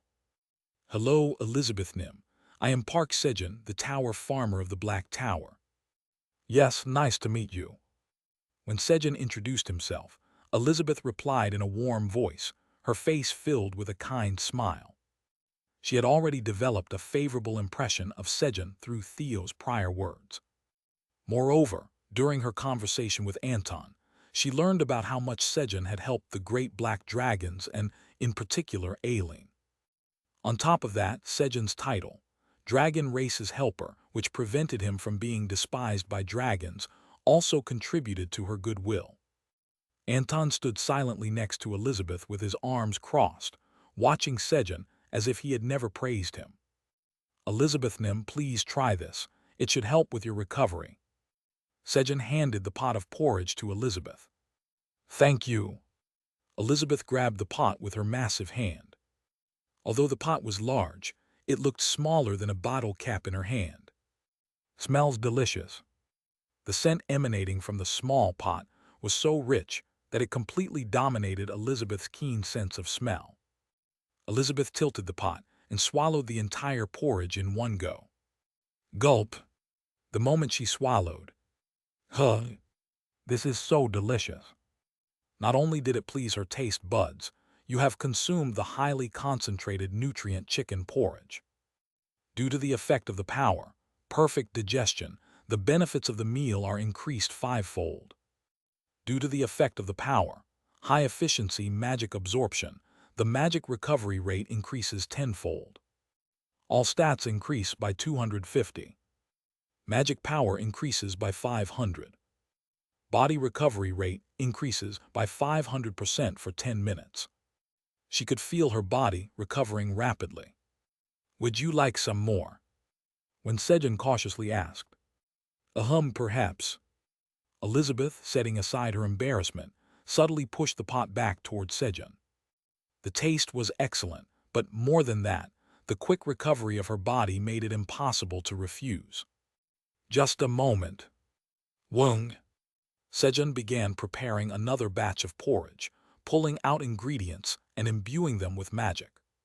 Squish, squish. Pew Hu Hut. Elizabeth Nim, our Chairman Park is not only skilled in cooking, but is also a man of many other talents, meow. As Theo massaged Elizabeth's massive body, he resumed promoting Sejun. "Hurry up, meow. Our great hybrid Chairman Park doesn't show up every day, meow. The deadline is approaching, meow." Theo even applied the marketing strategy he learned from Sejun earlier that day. "Deadline approaching. He won't come back after today." Elizabeth's face began to stiffen at Theo's words. "Hey, why are you using that tactic here?" Sejun panicked. At that moment, "Come to think of it, there's something that's been bothering me. Why aren't you calling me mother-in-law?" "Huh? If you've promised a future with my Aileen, shouldn't you naturally call me mother-in-law? Or, don't tell me you're seeing my Aileen with casual intentions." Elizabeth leaned her massive face close to Sejun and questioned him accusingly. Nod. Anton silently nodded, along in agreement. Since Kaiser and Anton had already approved Sejun as a match for Aileen, Elizabeth decided to acknowledge Sejun as well. Though from her perspective, Sejun's face left much to be desired. "But if my daughter likes him." She chose to respect Aileen's feelings. "Well, of course, I'm completely serious about this." "Then go ahead and call me mother-in-law." "Yes, mother-in-law." "Yes, I've been acknowledged by my mother-in-law." Overwhelmed with emotion after being accepted by Elizabeth, Sejun enthusiastically shouted the title he had only dared to call her in his heart until now. Smirk. A faint smile briefly appeared on Anton's lips as he observed Sejun through the black dragon statue before it quickly faded. And then, "Pew Hu Hut, I've completely sold off Chairman Park, meow." Theo, who had successfully sold Sejun, smiled with great satisfaction. Chapter 537, I'll give you a super embarrassing name. "Mother-in-law, does the food suit your taste?" "Ho ho ho, of course our son-in-law Park made it, so it's absolutely delicious." "Haha, there's plenty of food, so please eat more." While Sejun was busy preparing health food with a silly grin at being called our Park's son-in-law. "Pew Hu Hut, Chairman Park's mother-in-law, get well soon, meow." "Kyung. Mother-in-law grandma, get well soon." "Ho ho ho, yes dears, I'll recover quickly." Theo and Kyungi were treating Elizabeth with massage. Since Elizabeth was both Sejun's mother-in-law and grandmother to Kyungi, Sejun had hastily created the term grandmother-in-law. Thus, while Sejun, Theo, and Kyungi were treating Elizabeth, Kugung, a sound suddenly came from Elizabeth's direction. To be precise, it was a vibration transmitted from the area between Elizabeth's body through the earth. A fart. Given the circumstances, it seemed certain. What should I do? As Sejun panicked, unsure how to respond to his mother-in-law's fart. Ho ho ho.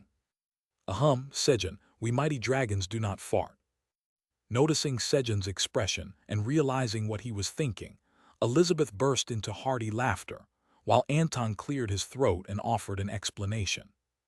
So that's what it was, then what was that noise? While Sejun was still pondering the source of the sound. Ho ho ho, it must be that our little one is eager to meet their brother-in-law.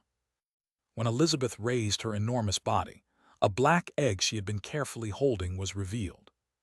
This was the reason why Elizabeth, who had been pursuing a Druze, the demon king of sloth, had suddenly gone into hiding. Although Anton and Elizabeth had a good marriage, the chances of dragons conceiving were extremely low. Elizabeth, who had already given birth to Aileen, never imagined that she could be pregnant again.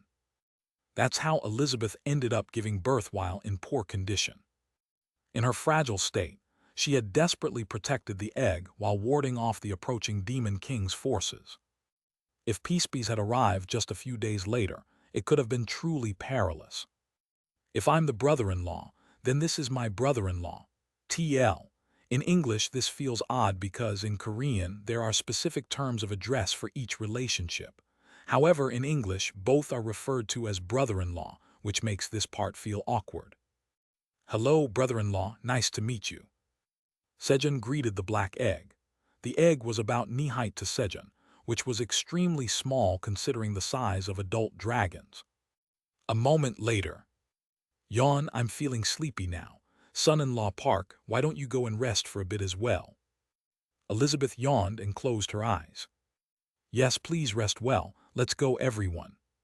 Phew, it was tough, but things worked out well. Sejun quickly led the group outside. Elizabeth, who had been rapidly regaining her strength thanks to Sejun's nourishing meals, had recovered so well that it was starting to make Sejun feel overwhelmed. Wanting to show his mother-in-law his best side, Sejun had stubbornly stayed by her side despite the exhaustion. Luckily, Elizabeth had given him an excuse to step out. However, our son-in-law Park must be having a hard time. Elizabeth, noticing Sejun's struggle, had kindly suggested he take a break. Indeed, a mother-in-law's love for her son-in-law knows no bounds. And so, with Elizabeth's consideration, Sejun stepped outside. The area around the cave was now empty. As Elizabeth's energy intensified, the nearby residents had relocated to avoid the overwhelming aura. All right, time to plant some green onion seeds. Sejun also moved to a place quite far away, where Elizabeth's energy wouldn't reach, to plant the generous green onion. Then taking out the giving green onion seed. Poke. He dug into the ground and planted the seed. Thunk. As soon as the seed was planted, the green onion began to grow rapidly. However, its size was modest, not at all befitting the grandeur of its name, World Tree. Is this fully grown? While Sejun examined the normally sized green onion, you have planted the generous green onion in the forgotten world of Omid. Quest completed. As a reward for completing the quest, Omid will reconnect with other worlds. It will take 1 day for the connection to fully stabilize. As a reward for completing the quest, all of your stat potentials have increased by 1,000. Reward messages appeared as the quest completed. However, a quest has appeared. Quest: for the generous green onion seed to grow properly, it must also give generously. Harvest the leaves of the generous green onion and distribute them generously to the residents of Omid. Reward: appointment as guardian deity of Omid. Even before Sejun could fully check the reward, a new quest popped up. Guardian deity. Although Sejun wasn't tempted by the reward since he would have to designate a proxy guardian deity anyway, and had no use for divine power. Swish. Still, he cut the green onion leaves for the sake of the generous green onion.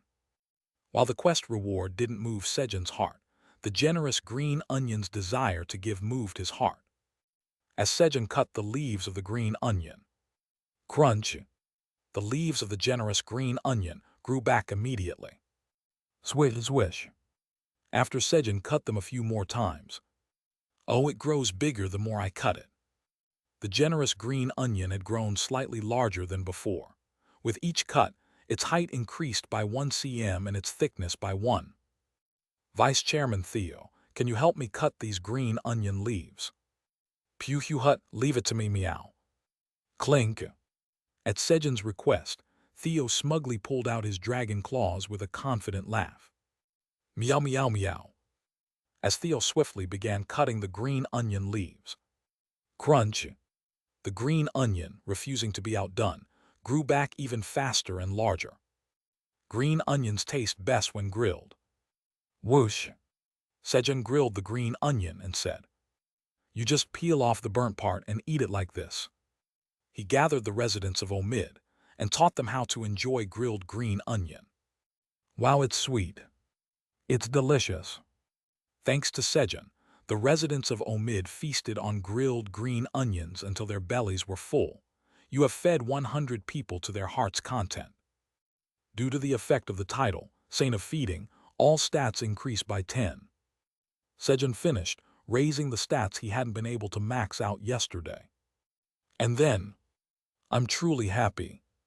Me too, the Demon King's army is gone and I'm full. I'm so happy.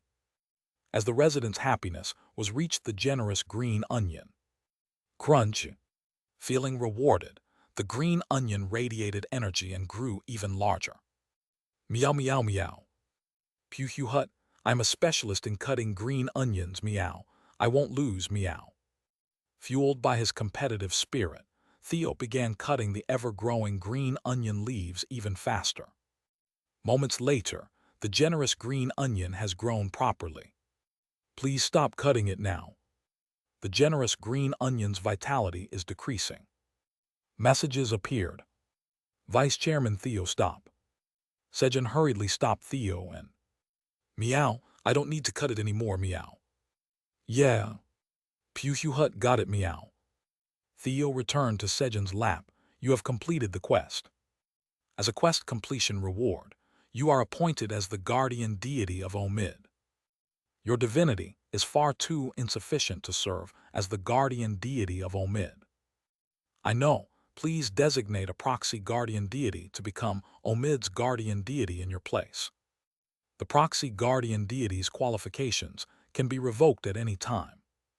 Who should I appoint as the proxy guardian deity this time? Sejun pondered while reading the message. Since I need to restore the milk spring anyway, I'll designate Fonts, the god of the spring, as the proxy guardian deity. The distribution will be 99-1, with the additional condition that the milk spring must never dry up while serving as proxy. Proposing the proxy guardian deity position for Omid to Fonts, the god of the spring, under the conditions of a 99-1 distribution and the condition of managing the milk spring. The proxy guardian deity position was proposed to Fonts, and Fonts, the god of the spring, has accepted the proxy guardian deity position for Omid.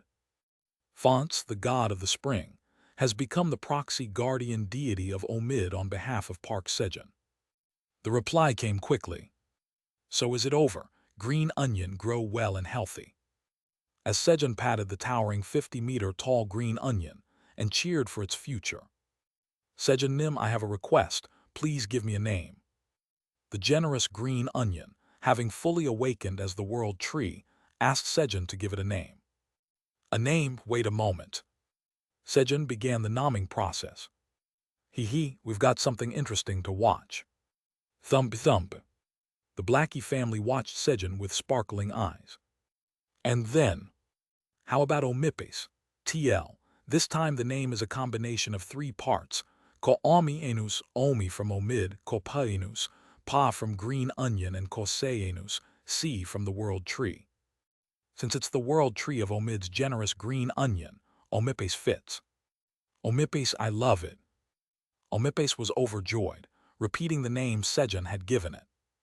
He, this time, even I think I came up with a great name. Sejun was also very satisfied with the name he had given. As for the Blackie family, they were split into two groups.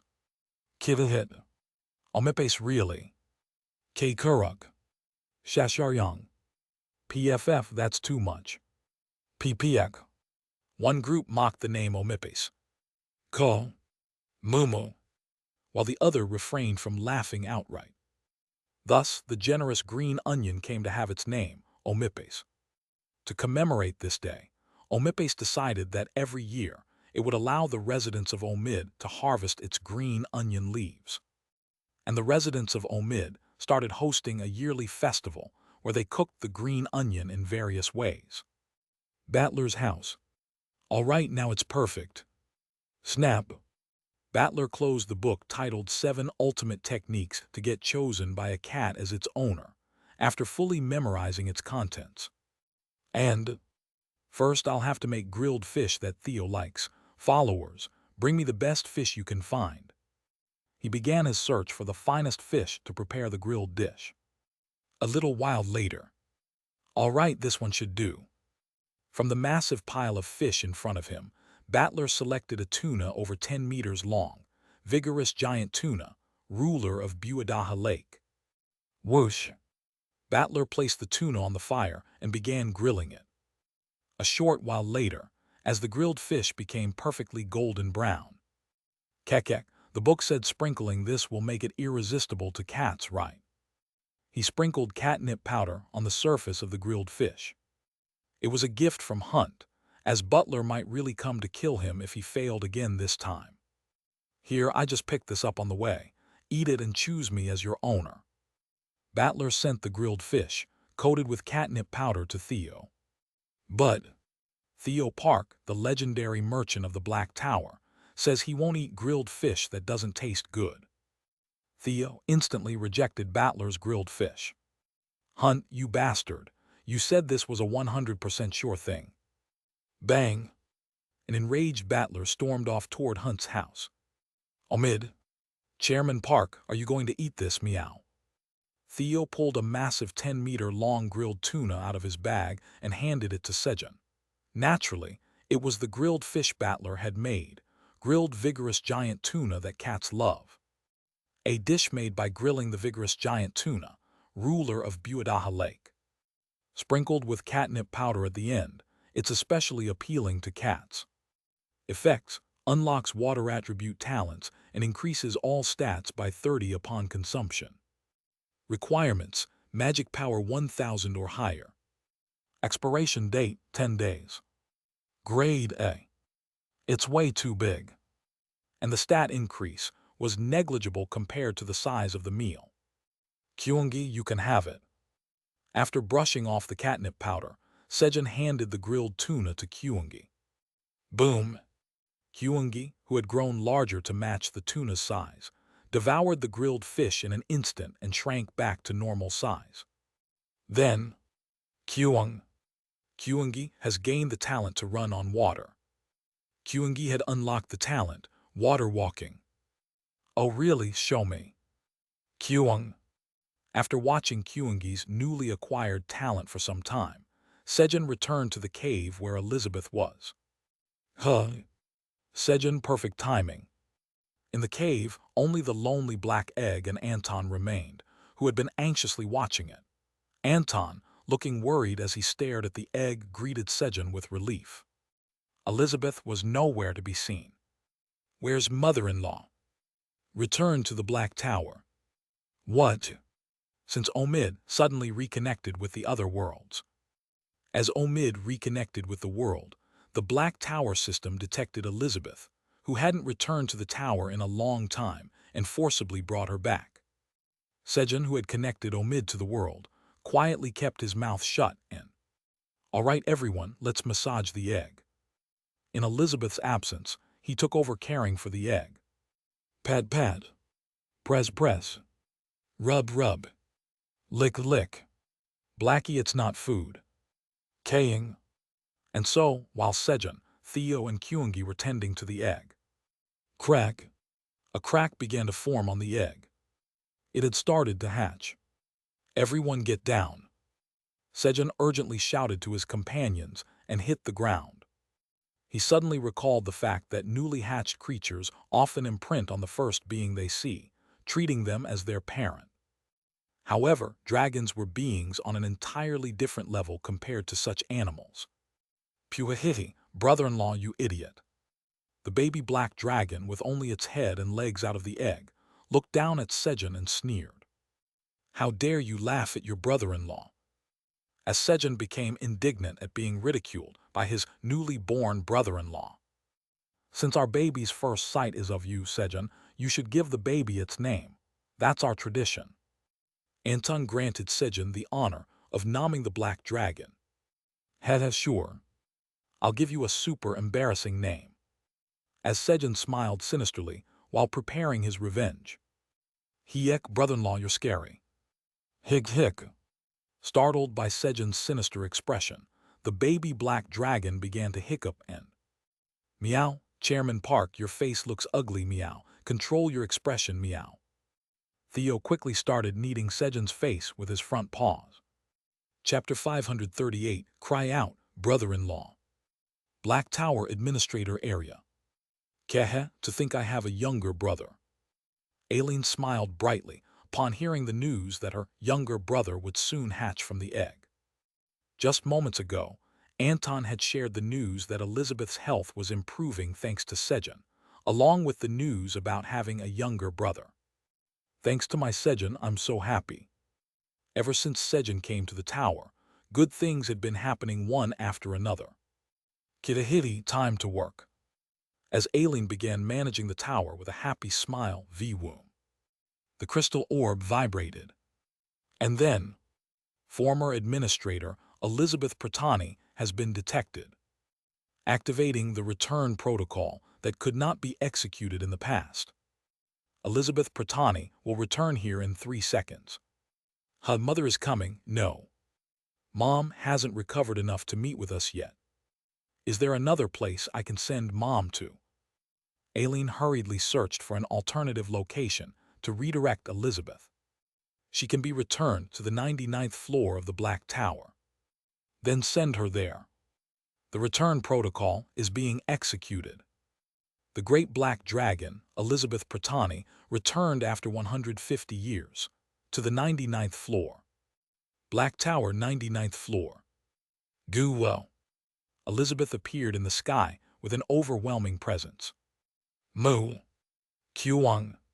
Startled by the sudden appearance of the great black dragon, the Minotaur King and Pinkfur quickly bowed toward the sky. Kequeak. Were. The mushroom ants and poisonous bees also hurriedly lowered their heads in reverence toward the great being's arrival. And then, isn't that Elizabeth? Been a long time. Worked hard. Kellyanne, Ramter, and Tyr welcomed Elizabeth's return. Meanwhile, Pug. But isn't it strange that my brother-in-law can talk right after being born? Do dragons receive education even before they hatch? Sejun asked Anton curiously while receiving a massage from Theo. After thinking about it, it was indeed surprising that the baby dragon could speak right after hatching. It's less education and more of a transfer. Basic knowledge is passed down through knowledge transfer magic. Oh, that's amazing. If only I did knowledge transfer magic as a kid, I would have scored 100 on every memorization test. All right, shall we come up with a name for our dear brother-in-law? When Sejun held the frightened baby black dragon in his arms. Dad, help me.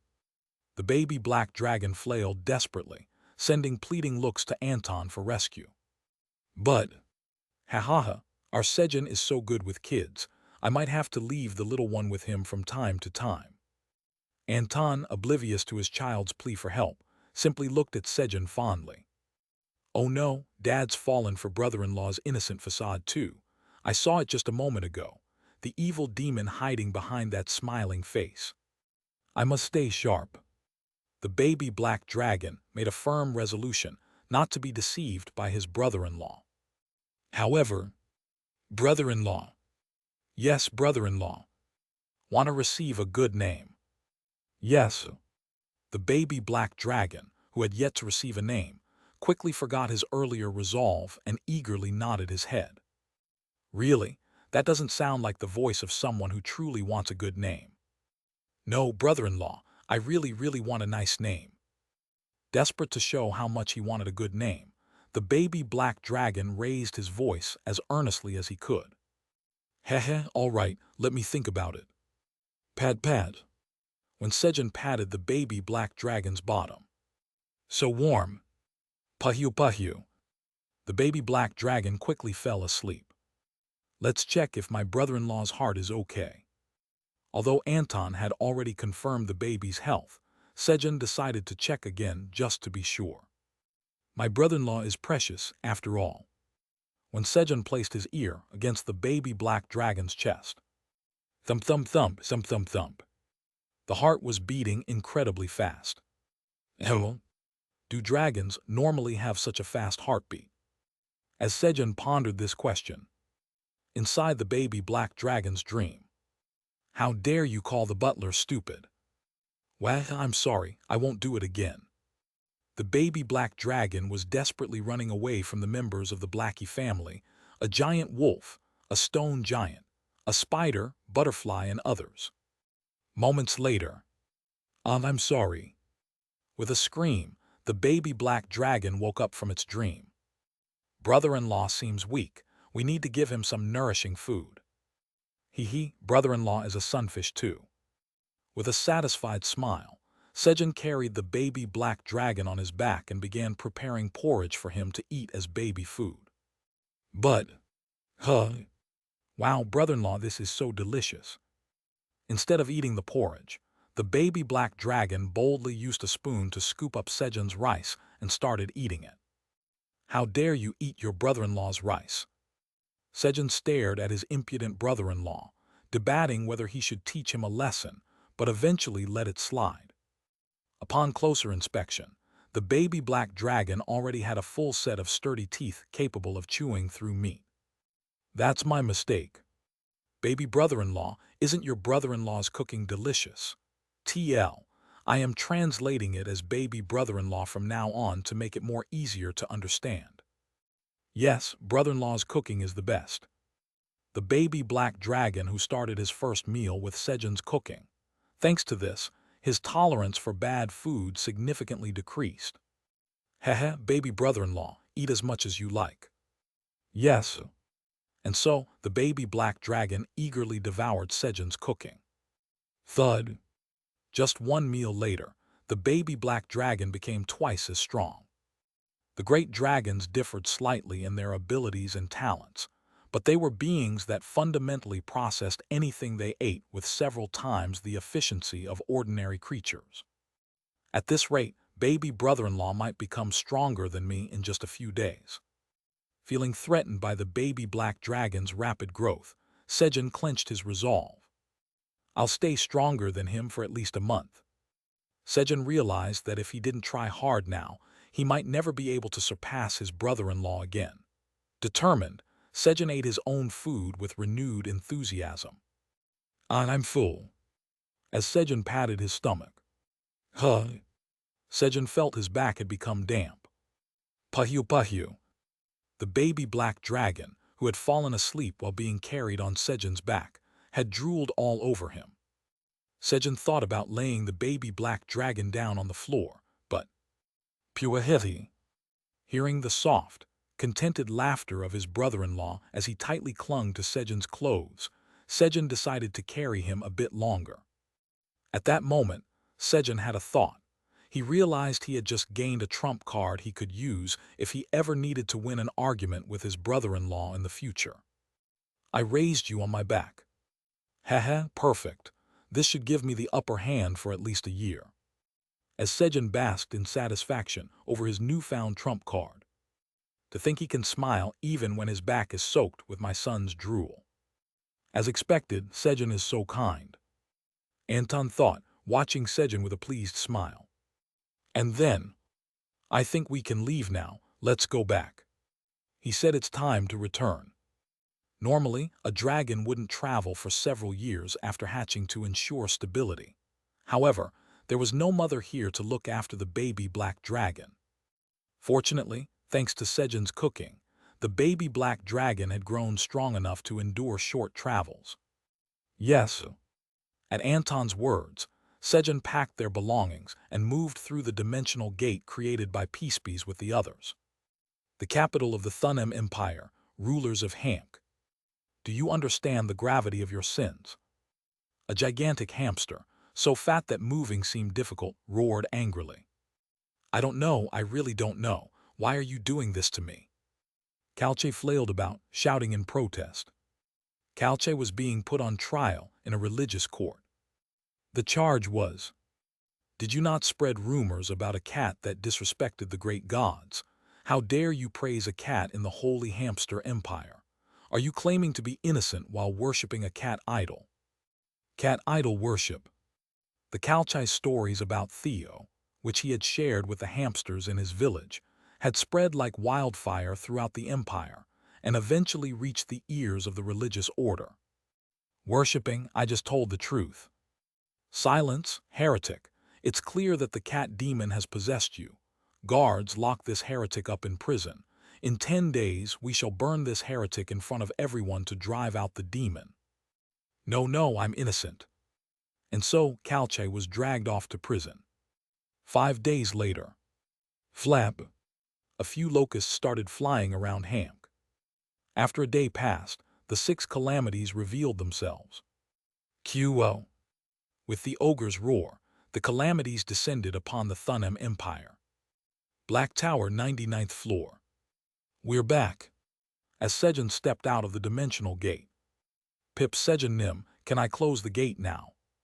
Peacebees, perched on Sejun's palm, asked in a slightly tired voice. Maintaining the dimensional gate for over a day had worn it out. Yes, go ahead and close it. Pip understood. Once Peacebees closed the gate. Peacebees, you did well. Sejun gently petted Peacebees, which was still on his palm. Pazzy hey. Bararong. Peacebees chuckled happily and immediately fell asleep. Whoosh. It then activated stealth to hide its presence. Shug. Carefully, Sejun moved the now invisible Peacebees to his shoulder. And just as he was about to do the work he couldn't finish before. Son-in-law Park, welcome. A graceful woman emerged from the kitchen area to greet Sejun. She had a mature appearance that made her look like what Aileen might become in about 10 years by human standards. Mother-in-law. Yes, thank you for bringing back my baby. You must be hungry, right? I've prepared some food, so come in and eat. Yes, where's father-in-law, huh? By the time Sejun looked around, the black dragon statue controlled by Anton was nowhere to be seen. What? Where did he go? Puzzled, Sejun followed Elizabeth into the kitchen. Well, gulp. The dining table was covered with dishes that looked absolutely mouth-watering. As expected of the mother-in-law's love for her son-in-law. Sejun was moved by Elizabeth's food. The aroma was also fantastic. Her cooking skills were on a completely different level compared to Aileen's. If only Aileen hadn't been separated from her mother, her cooking skills would have been great too. Then I wouldn't have had to suffer. Sejun briefly recalled all the meals of love he had endured from Aileen in the past. Mother-in-law, thank you, I'll enjoy the meal. With gratitude, Sejun took a big bite of the food Elizabeth had prepared. And then, he realized. He understood now why Anton had suddenly disappeared. The appearance and aroma of the food were different, but the taste was unmistakably similar to Aileen's cooking. No, in fact, it seemed Aileen's cooking might be a bit better than this now. Son-in-law Park, what's wrong? Does it not taste good? No, it's delicious. Very delicious.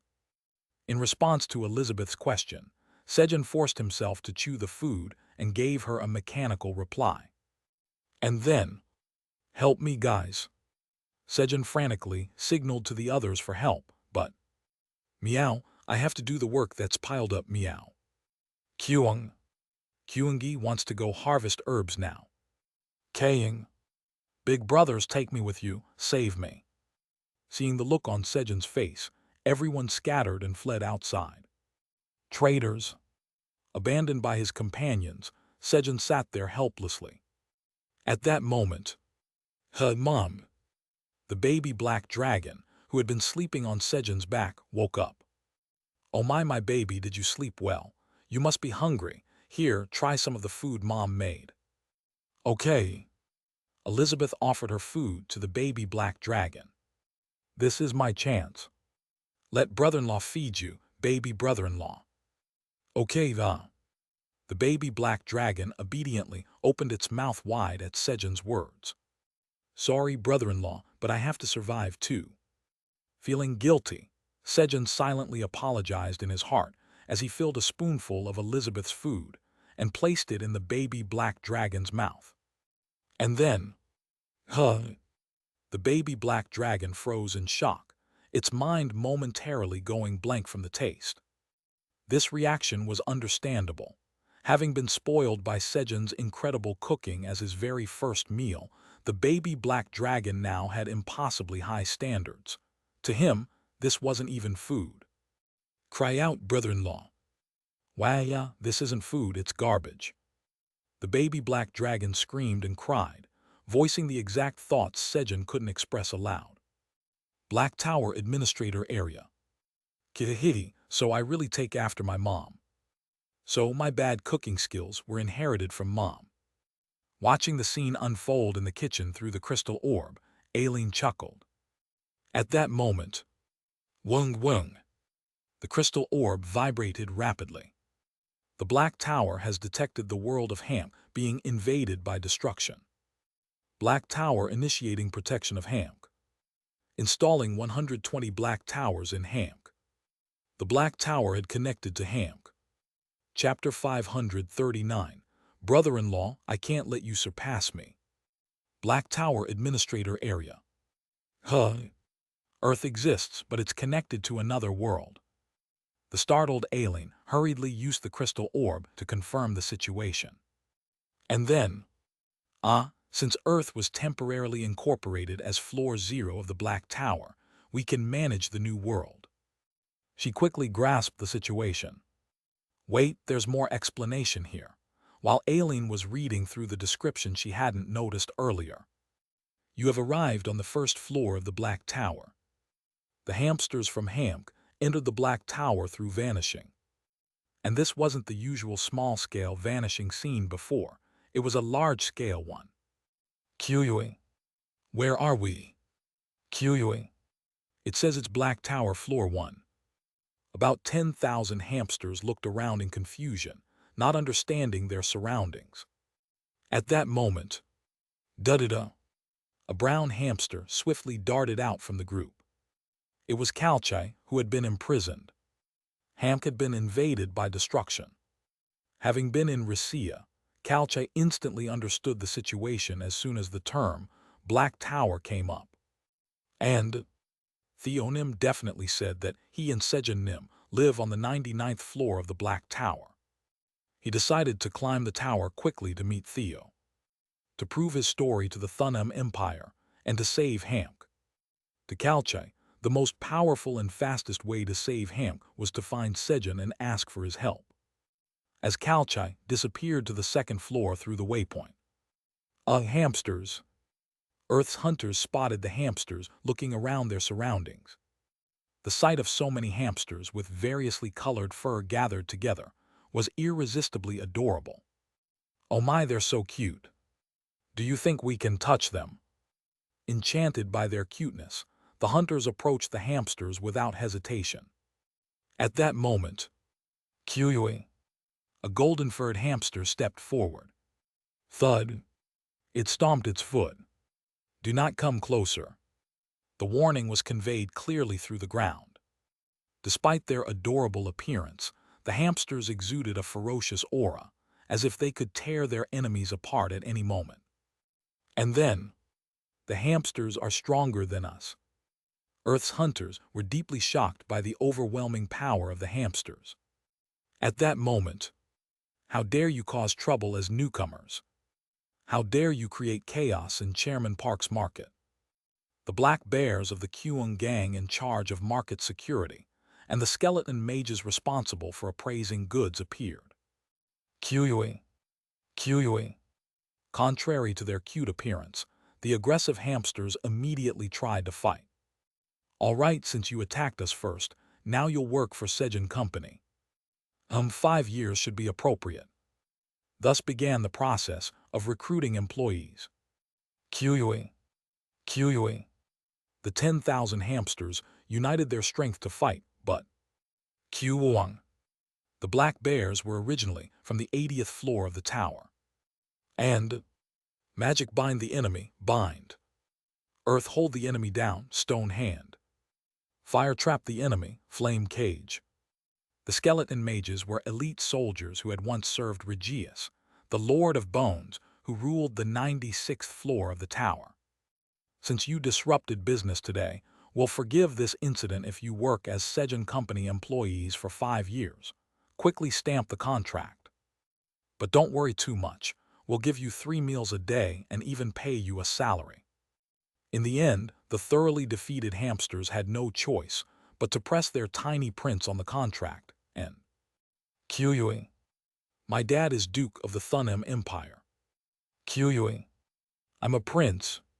But now they were all equally 5-year temporary employees of Sejun Company. Black Tower, 99th floor. Baby, is my cooking really that bad?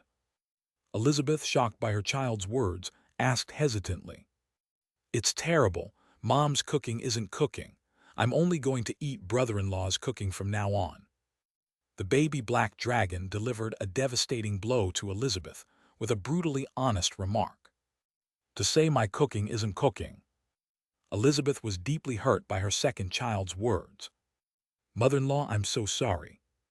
Sejun felt a pang of guilt seeing Elizabeth like that, but didn't stop his baby brother-in-law. I must endure. If we don't seal mother-in-law's cooking here, it's over. An even greater calamity will come. Determined not to eat Elizabeth's cooking ever again, he held back with all his might. Good job, baby brother-in-law. Deliver the final blow. Out of Elizabeth's sight, Sejun patted the baby black dragon's back in silent encouragement. At that moment, Jug. Elizabeth put a bite of her own cooking into her mouth. And then, Urg. The devil queen, no, mother-in-law, self-destructed after tasting her own cooking. I didn't know my cooking tasted like this. Elizabeth finally realized the truth about her food. Just like Aileen, she never tasted her food while cooking. Thanks to this, Elizabeth's cooking was perfectly sealed, and Growwool. Brother-in-law, give me food, please. The baby dragon looked at Sejun with sparkling eyes, asking for food. All right, today's menu is dragon nugget chicken.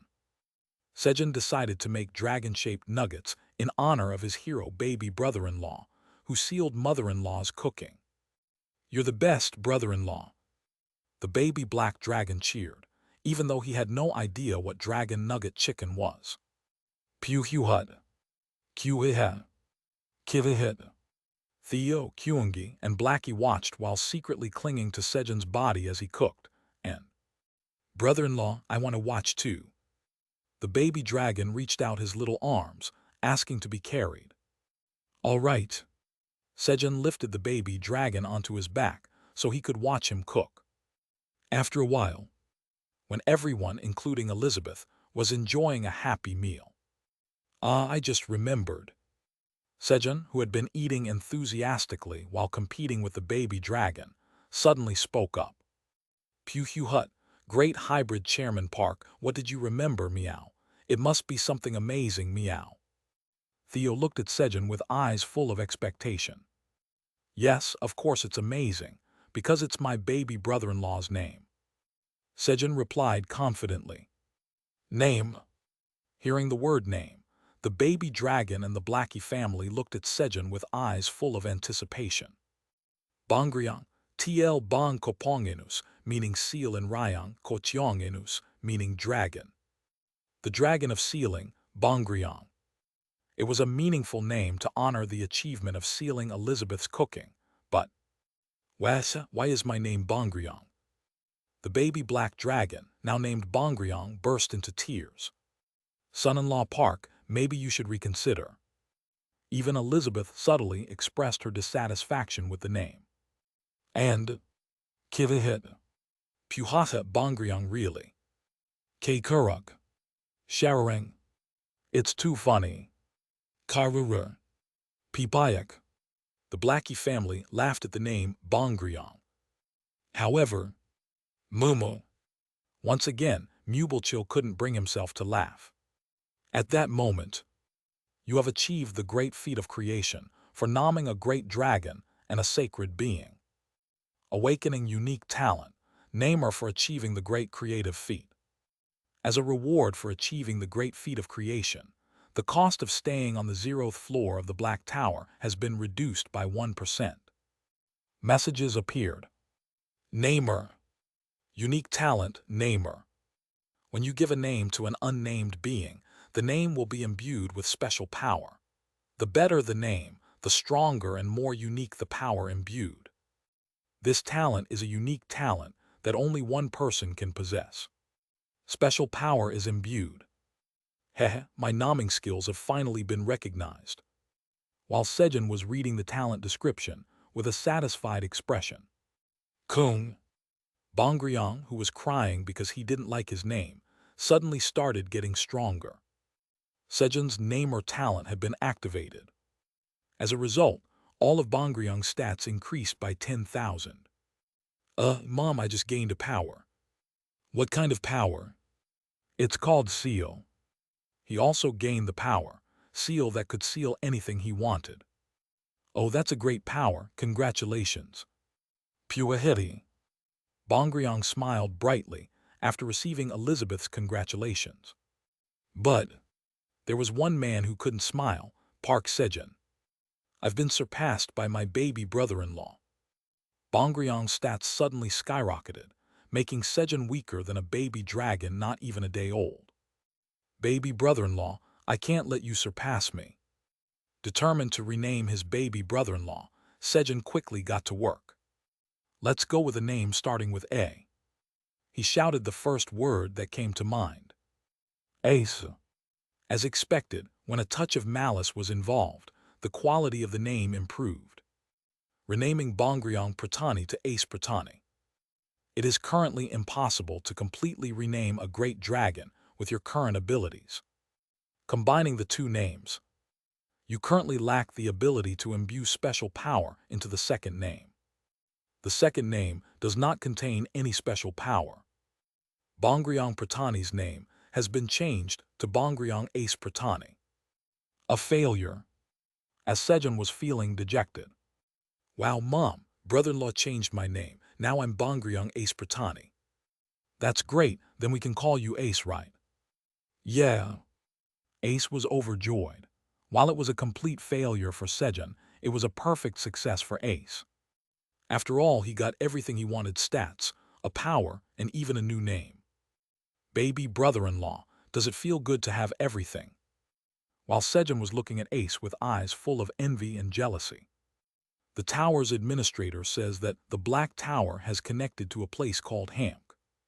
The tower's administrator says this has nothing to do with you, but you should know. Aileen spoke up. Hamk. Hamk, I've heard that somewhere before. As Sejun was trying to recall his memory. Puhu Hut, Chairman Park Hamk is where Kalcha is from, meow. This is great, meow. Let's take over Hamk too, meow. Theo exclaimed excitedly. But we won't be able to go, right? When Sejun said this, the tower's administrator says that if you want to go, you can do so as a mid-level administrator. This was a new feature that came with Black Tower's upgrade. But won't it cost a lot to stay? The tower's administrator says since Hamk is a level 7 world, the cost won't be high. Level 7 world. Worlds also had levels according to their strength. The higher the level, the stronger the beings inhabiting that world. Additionally, the world's capacity to endure powerful forces also increased. For reference, Earth was classified as a level 1 world, the weakest. This was why the cost of staying there had been so high. It was a system where immense power was balanced by money. Really? Then should we go and visit Kalchai? Pew Hut, that sounds good, meow. But did Kalchai say where he lives? Pew Hut, I don't know, meow. Really? Then let's go down the tower and gather some information first. Pew Hut, all right, meow. And so, Sejun decided to go down the tower. At that moment, brother-in-law, take me with you. Ace grabbed Sejun's pants and pleaded. No way, Ace, you're still too young and it's dangerous. But brother-in-law is weaker than me. This brat, no. This baby brother-in-law kept hitting him with facts at the worst times. Sejun was left speechless by Ace's words. Guys, he quietly called his companions, without Ace noticing. Get in. He sent them into the void storage. And then, SHWAG. Unfolding the land deed of the 4th floor of the Black Tower, Sejun quickly disappeared. A short while later, Mom, brother-in-law left me behind. Ace, realizing too late that Sejun had gone without him, clung to his mother and bawled his eyes out. Ace, your brother-in-law left you behind because you're still young and he was thinking about your safety. So let's grow up quickly, okay? Stop crying now. Okay, sniff, hick, wow, I can't stop crying. It's okay. Why don't you imagine eating the food your brother-in-law will make for you? Okay, Puahiti. Ace smiled at the thought of eating Sejun's food. Pahyu. Soon, he drifted off to sleep in his mother's arms. Black Tower, 4th floor. Move aside, I must meet Sejun Nim and Theo Nim. Clatter. Kalchai dashed straight toward the waypoint, cutting across the vineyard while evading the dragon warrior guards protecting the grape farm. Intruder, protect Sejun Nim's farm. The black skeleton stepped in to block Kalchai. This was because Kalchai, charging fiercely toward the farm, was exuding an intimidating aura.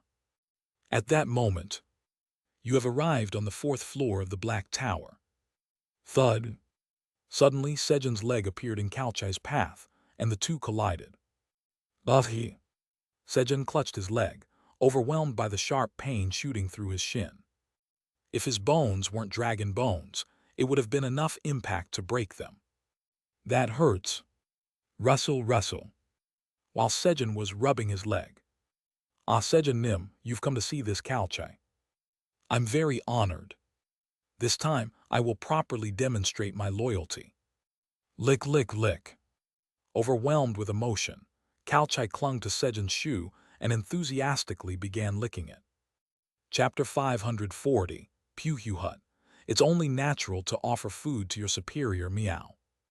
You have been recognized as the rightful owner of the grape farm on the 4th floor of the Black Tower. Since he had already been managing the grape farm, Sejun was immediately acknowledged as the rightful owner of the land deed. While checking the message, hey, stop licking. Splat, Sejun hurriedly removed Kalchai from licking his shoe. Then, Chewy. Please let me lick it. I want to lick the shoes of the great hybrid, Sejun Nim. Kalchai flailed wildly in Sejun's hands. At that moment, clank. Chairman Park, I've missed you, meow. Chairman Park, your face looks ugly again, meow. Theo suddenly emerged from the void storage and threw himself at Sejun's face. Just a moment ago, Sejun's expression had twisted slightly after bumping into Kalchai, which apparently bothered Theo. Squish. As Theo began massaging Sejun's face. Chewy. Theo Nim, I've missed you, it's me, Kalchai. Kalchai called out to Theo. Pew Hut, I know, meow. Great hybrid Chairman Park, you're amazing, meow. You've already found Kalchai, meow. Chewy. That's right, Sejun Nim found me right away. That's enough now. Having reunited with both Sejun and Theo, Kalchai was absolutely delighted. After all, Kalchai had now met Sejun, who was omniscient, and Theo, who could vouch for Kalchai's words. To Kalchai, it seemed as if all his problems had been resolved. Kyung. Kalchai, nice to see you. Kilahit Kaying. Hee, welcome Kalchai, wanna play with me? Next, Kyungi and the rest of the Blackie family also emerged from the void storage. Sejun Nim, hello. Philip, Sejun Nim's first ho, greets you. As Sybil the 18th and Philip approached Sejun and greeted him. Yeah, have you both been well? While asking about their well-being, Sejun. Land moving. Erected an achievement monument. Lee's Achievement Monument number 2. This was the reason Sejun had come to the 4th floor of the tower, to build Lee's Achievement Monument and assign followers to it. As Sybil the 18th, you'll manage Lee Nim's Achievement Monument from now on. Yes, please leave it to me. All right, I'm off then. Since Sejun had other places to go, he quickly bid farewell. Everyone get back inside. He sent his companions back into the void storage. And then, swoosh, he used the land deed for the Black Tower's 2nd floor and disappeared. Having descended already, Sejun intended to secure the 2nd floor farmland as well. You have arrived on the 2nd floor of the Black Tower. You have moved from the tower's topmost floor, the 99th floor, to the 2nd floor. You descended 97 floors. Due to the title, Retrogressor, and the title, one who reached the summit of the 7 towers, all stats increase by 679. Due to the title, one who reached the summit of the 7 towers, you gain 3 seconds of invincibility. As soon as Sejun arrived on the 2nd floor, messages appeared before him. The title, one who reached the summit of the 7 towers, had been acquired during Sejun's quest to gather materials for the 9-attribute infused wine, after registering the waypoints of the 99th floors of the Purple Tower and the Brown Tower. Letter 1E5D. Thanks to this, the retrogressor effect had increased from 5x to 7x, and the invincibility duration had risen from 1 second to 3 seconds. There shouldn't be anything here, right? Since the 2nd floor of the tower no longer posed any significant threat to him, Sejun scanned the area with a relaxed expression. But it's too empty. The surroundings were a barren wasteland, completely devoid of anything. The 2nd and 3rd floors of the tower had been turned into desolate lands after Michael had set up his experience farming areas there. Since then, the floors had been abandoned and neglected, leaving even hunters to merely pass through without stopping. At that moment, clank. Chairman Park, I've missed you, meow. Chewy. Sejun Nim, this time I'll truly show you my loyalty. Theo and Kalche, following behind him, hurled themselves towards Sejun. And then, squish, squish. Lick, lick. Theo massaged Sejun's face while Kalche licked his shoes. Hey, we just saw each other a moment ago. Sejun hurriedly pushed the two away as he exclaimed. A moment ago is too long, meow. It's already been a whole minute since we last met, meow. Chewy, chewy. That's right, so please let me lick your shoes. Theo and Kalche confidently shouted, placing their front paws on their waists. The two were perfectly in sync. At that moment, a quest has appeared. Quest, rebuild the farm. Farm restoration progress, 0%. Reward, recognition as the rightful owner of the Black Tower's 2nd floor farm. A quest to restore the farm had appeared. Rebuild. Do I just need to plant crops? Sejun took out a sturdy blade green onion seed and planted it in the ground. He figured Hamp would need plenty of green onions to deal with locusts in the future. You have planted a sturdy blade green onion seed in soil infused with magic power. After planting about 10,000 green onion seeds. What's the restoration progress at now? It should be almost done, right? Sejun checked the restoration progress. Farm restoration progress, 0.001%. What? I planted 10,000 green onion seeds, and it's only 0.001%. To reach 100% restoration, wouldn't he need to plant crops across the entire floor? Sejun's assumption was correct. When Michael turned the entire floor into an experience farm, the floor itself had been transformed into a single, massive farm. Sai, I can't do this alone. It wasn't that he couldn't do it if he tried, but it would take way too long. Sejun decided to register the waypoint for the second floor of the tower first and bring some manpower from the fourth floor, even though it was a hassle to travel from the waypoint to the farm. You have arrived at the fourth floor of the tower. Vice Chairman Theo, go deliver this. Hut got it, meow. I'm back, meow. Since Theo could instantly go back and forth using meow step, it wasn't too troublesome. Thus, Sejun delivered the instructions, along with a pouch of green onion seeds to the fourth floor. All right, let's head to the first floor of the tower. Sejun finally moved toward his original goal, the first floor of the tower. Seed shop headquarters.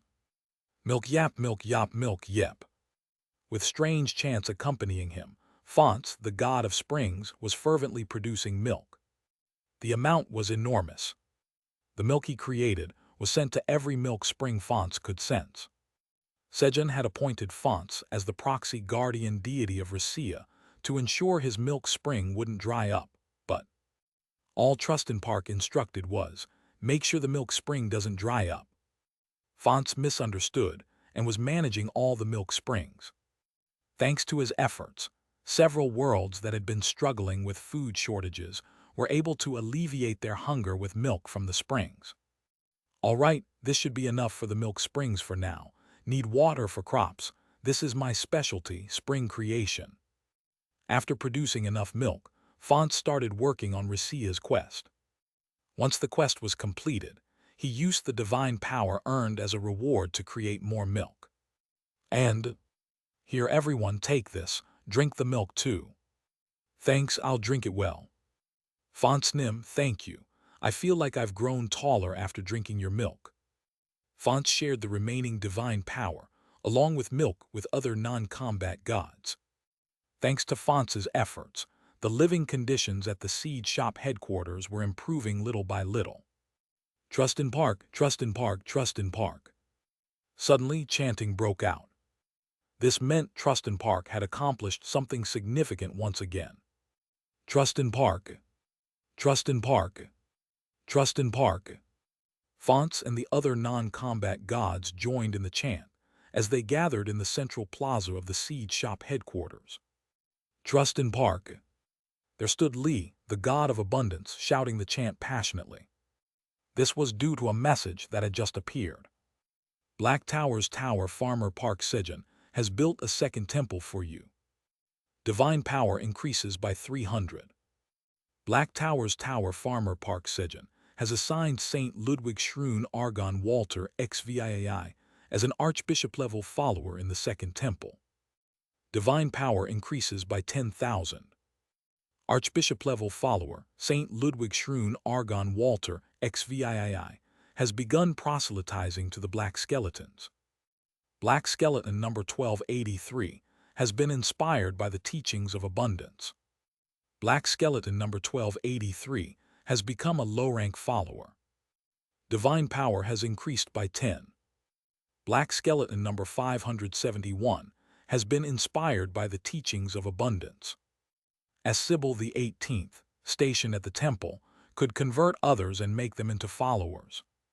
The religious order believing in Li, the god of abundance, was being rebuilt. Non-combat gods, Trustin Park has built a second temple and even assigned an archbishop to it. Wow, an archbishop! This is no time to stand idle. Everyone shout together, Trustin Park. Raise your voices. Trustin Park. Trustin Park. Trustin Park. As the non-combat gods chanted, Trustin Park, in unison at Lee's testimony. Quiet. A murderous shout that overwhelmed the non-combat gods chanting came from beyond the wall. It was Battler, the god of battle, enraged after being humiliated by Theo. Though the non-combat gods were no longer their old timid selves, they still flinched. Flinching.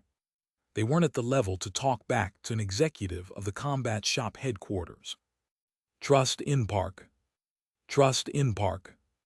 Their chants diminished into barely audible whispers.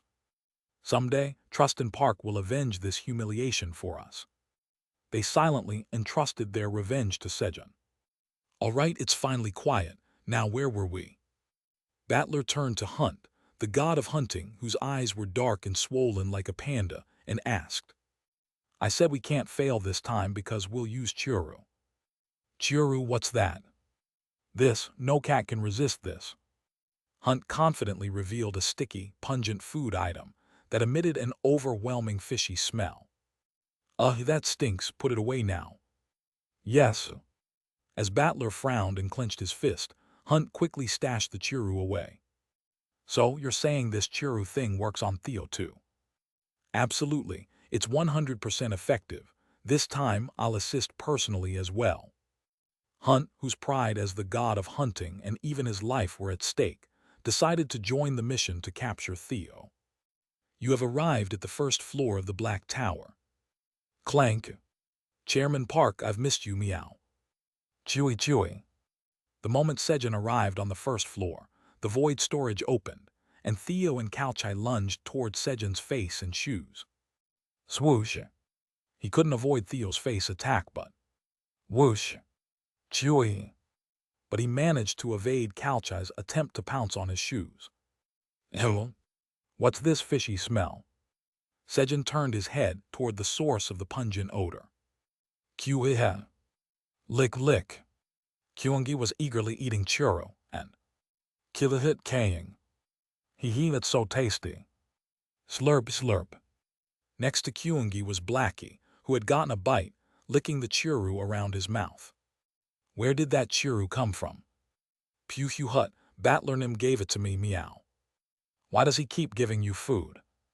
Pew Hugh Hut, it's only natural to offer food to your superior, meow. Is that so?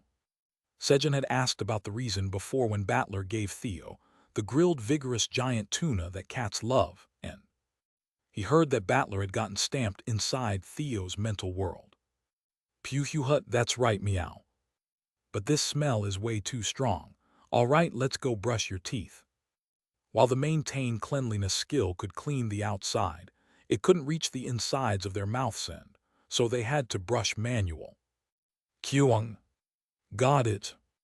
At Sejun's words, Kyungi pulled out his toothbrush from his snack pouch and kaying. No, toothpaste tastes bad. Blackie tried to run away. But it's roasted sweet potato-flavored toothpaste, though. Kaying tilahit kaying. Really, hee, then I'll do it. Hearing Sejun's words, Blackie immediately ran back. Okay, open wide. Kaying. Roasted sweet potato flavor. Roasted sweet potato flavor. Blackie, now filled with anticipation, happily opened his mouth wide. And then, scrub scrub, as Sejun inserted the toothbrush and began brushing. The sweetness that spread through Blackie's mouth was incredible. It was a perfect roasted sweet potato flavor. To perfectly replicate the taste of real roasted sweet potatoes, are you a genius, Butler? As Blackie was amazed once again by his butler's genius. Suddenly, the taste changed. No, it returned to the original toothpaste flavor. Sejun had tricked Blackie by putting a little piece of dried roasted sweet potato on the toothbrush at first, only to switch it to real toothpaste midway through. Kaying. Nuo. Realizing belatedly that he was tricked, Blackie broke free from Sejun's hand. Or rather, Sejun let him go. Ha, it's already done. Rinse your mouth with water. The brushing was already complete. Once again, Blackie had been easily fooled today. How could the great Blackie have been deceived? As Blackie fumed in frustration. Kyuyoi. What's your problem? Move out of my way. A golden hamster carrying luggage yelled at Blackie, irritated, even though Blackie wasn't blocking its path at all. It was like slapping someone who already wanted to cry. Kaying. I am the great Blackie, don't mess with me. Bunk. Blackie headbutted the hamster,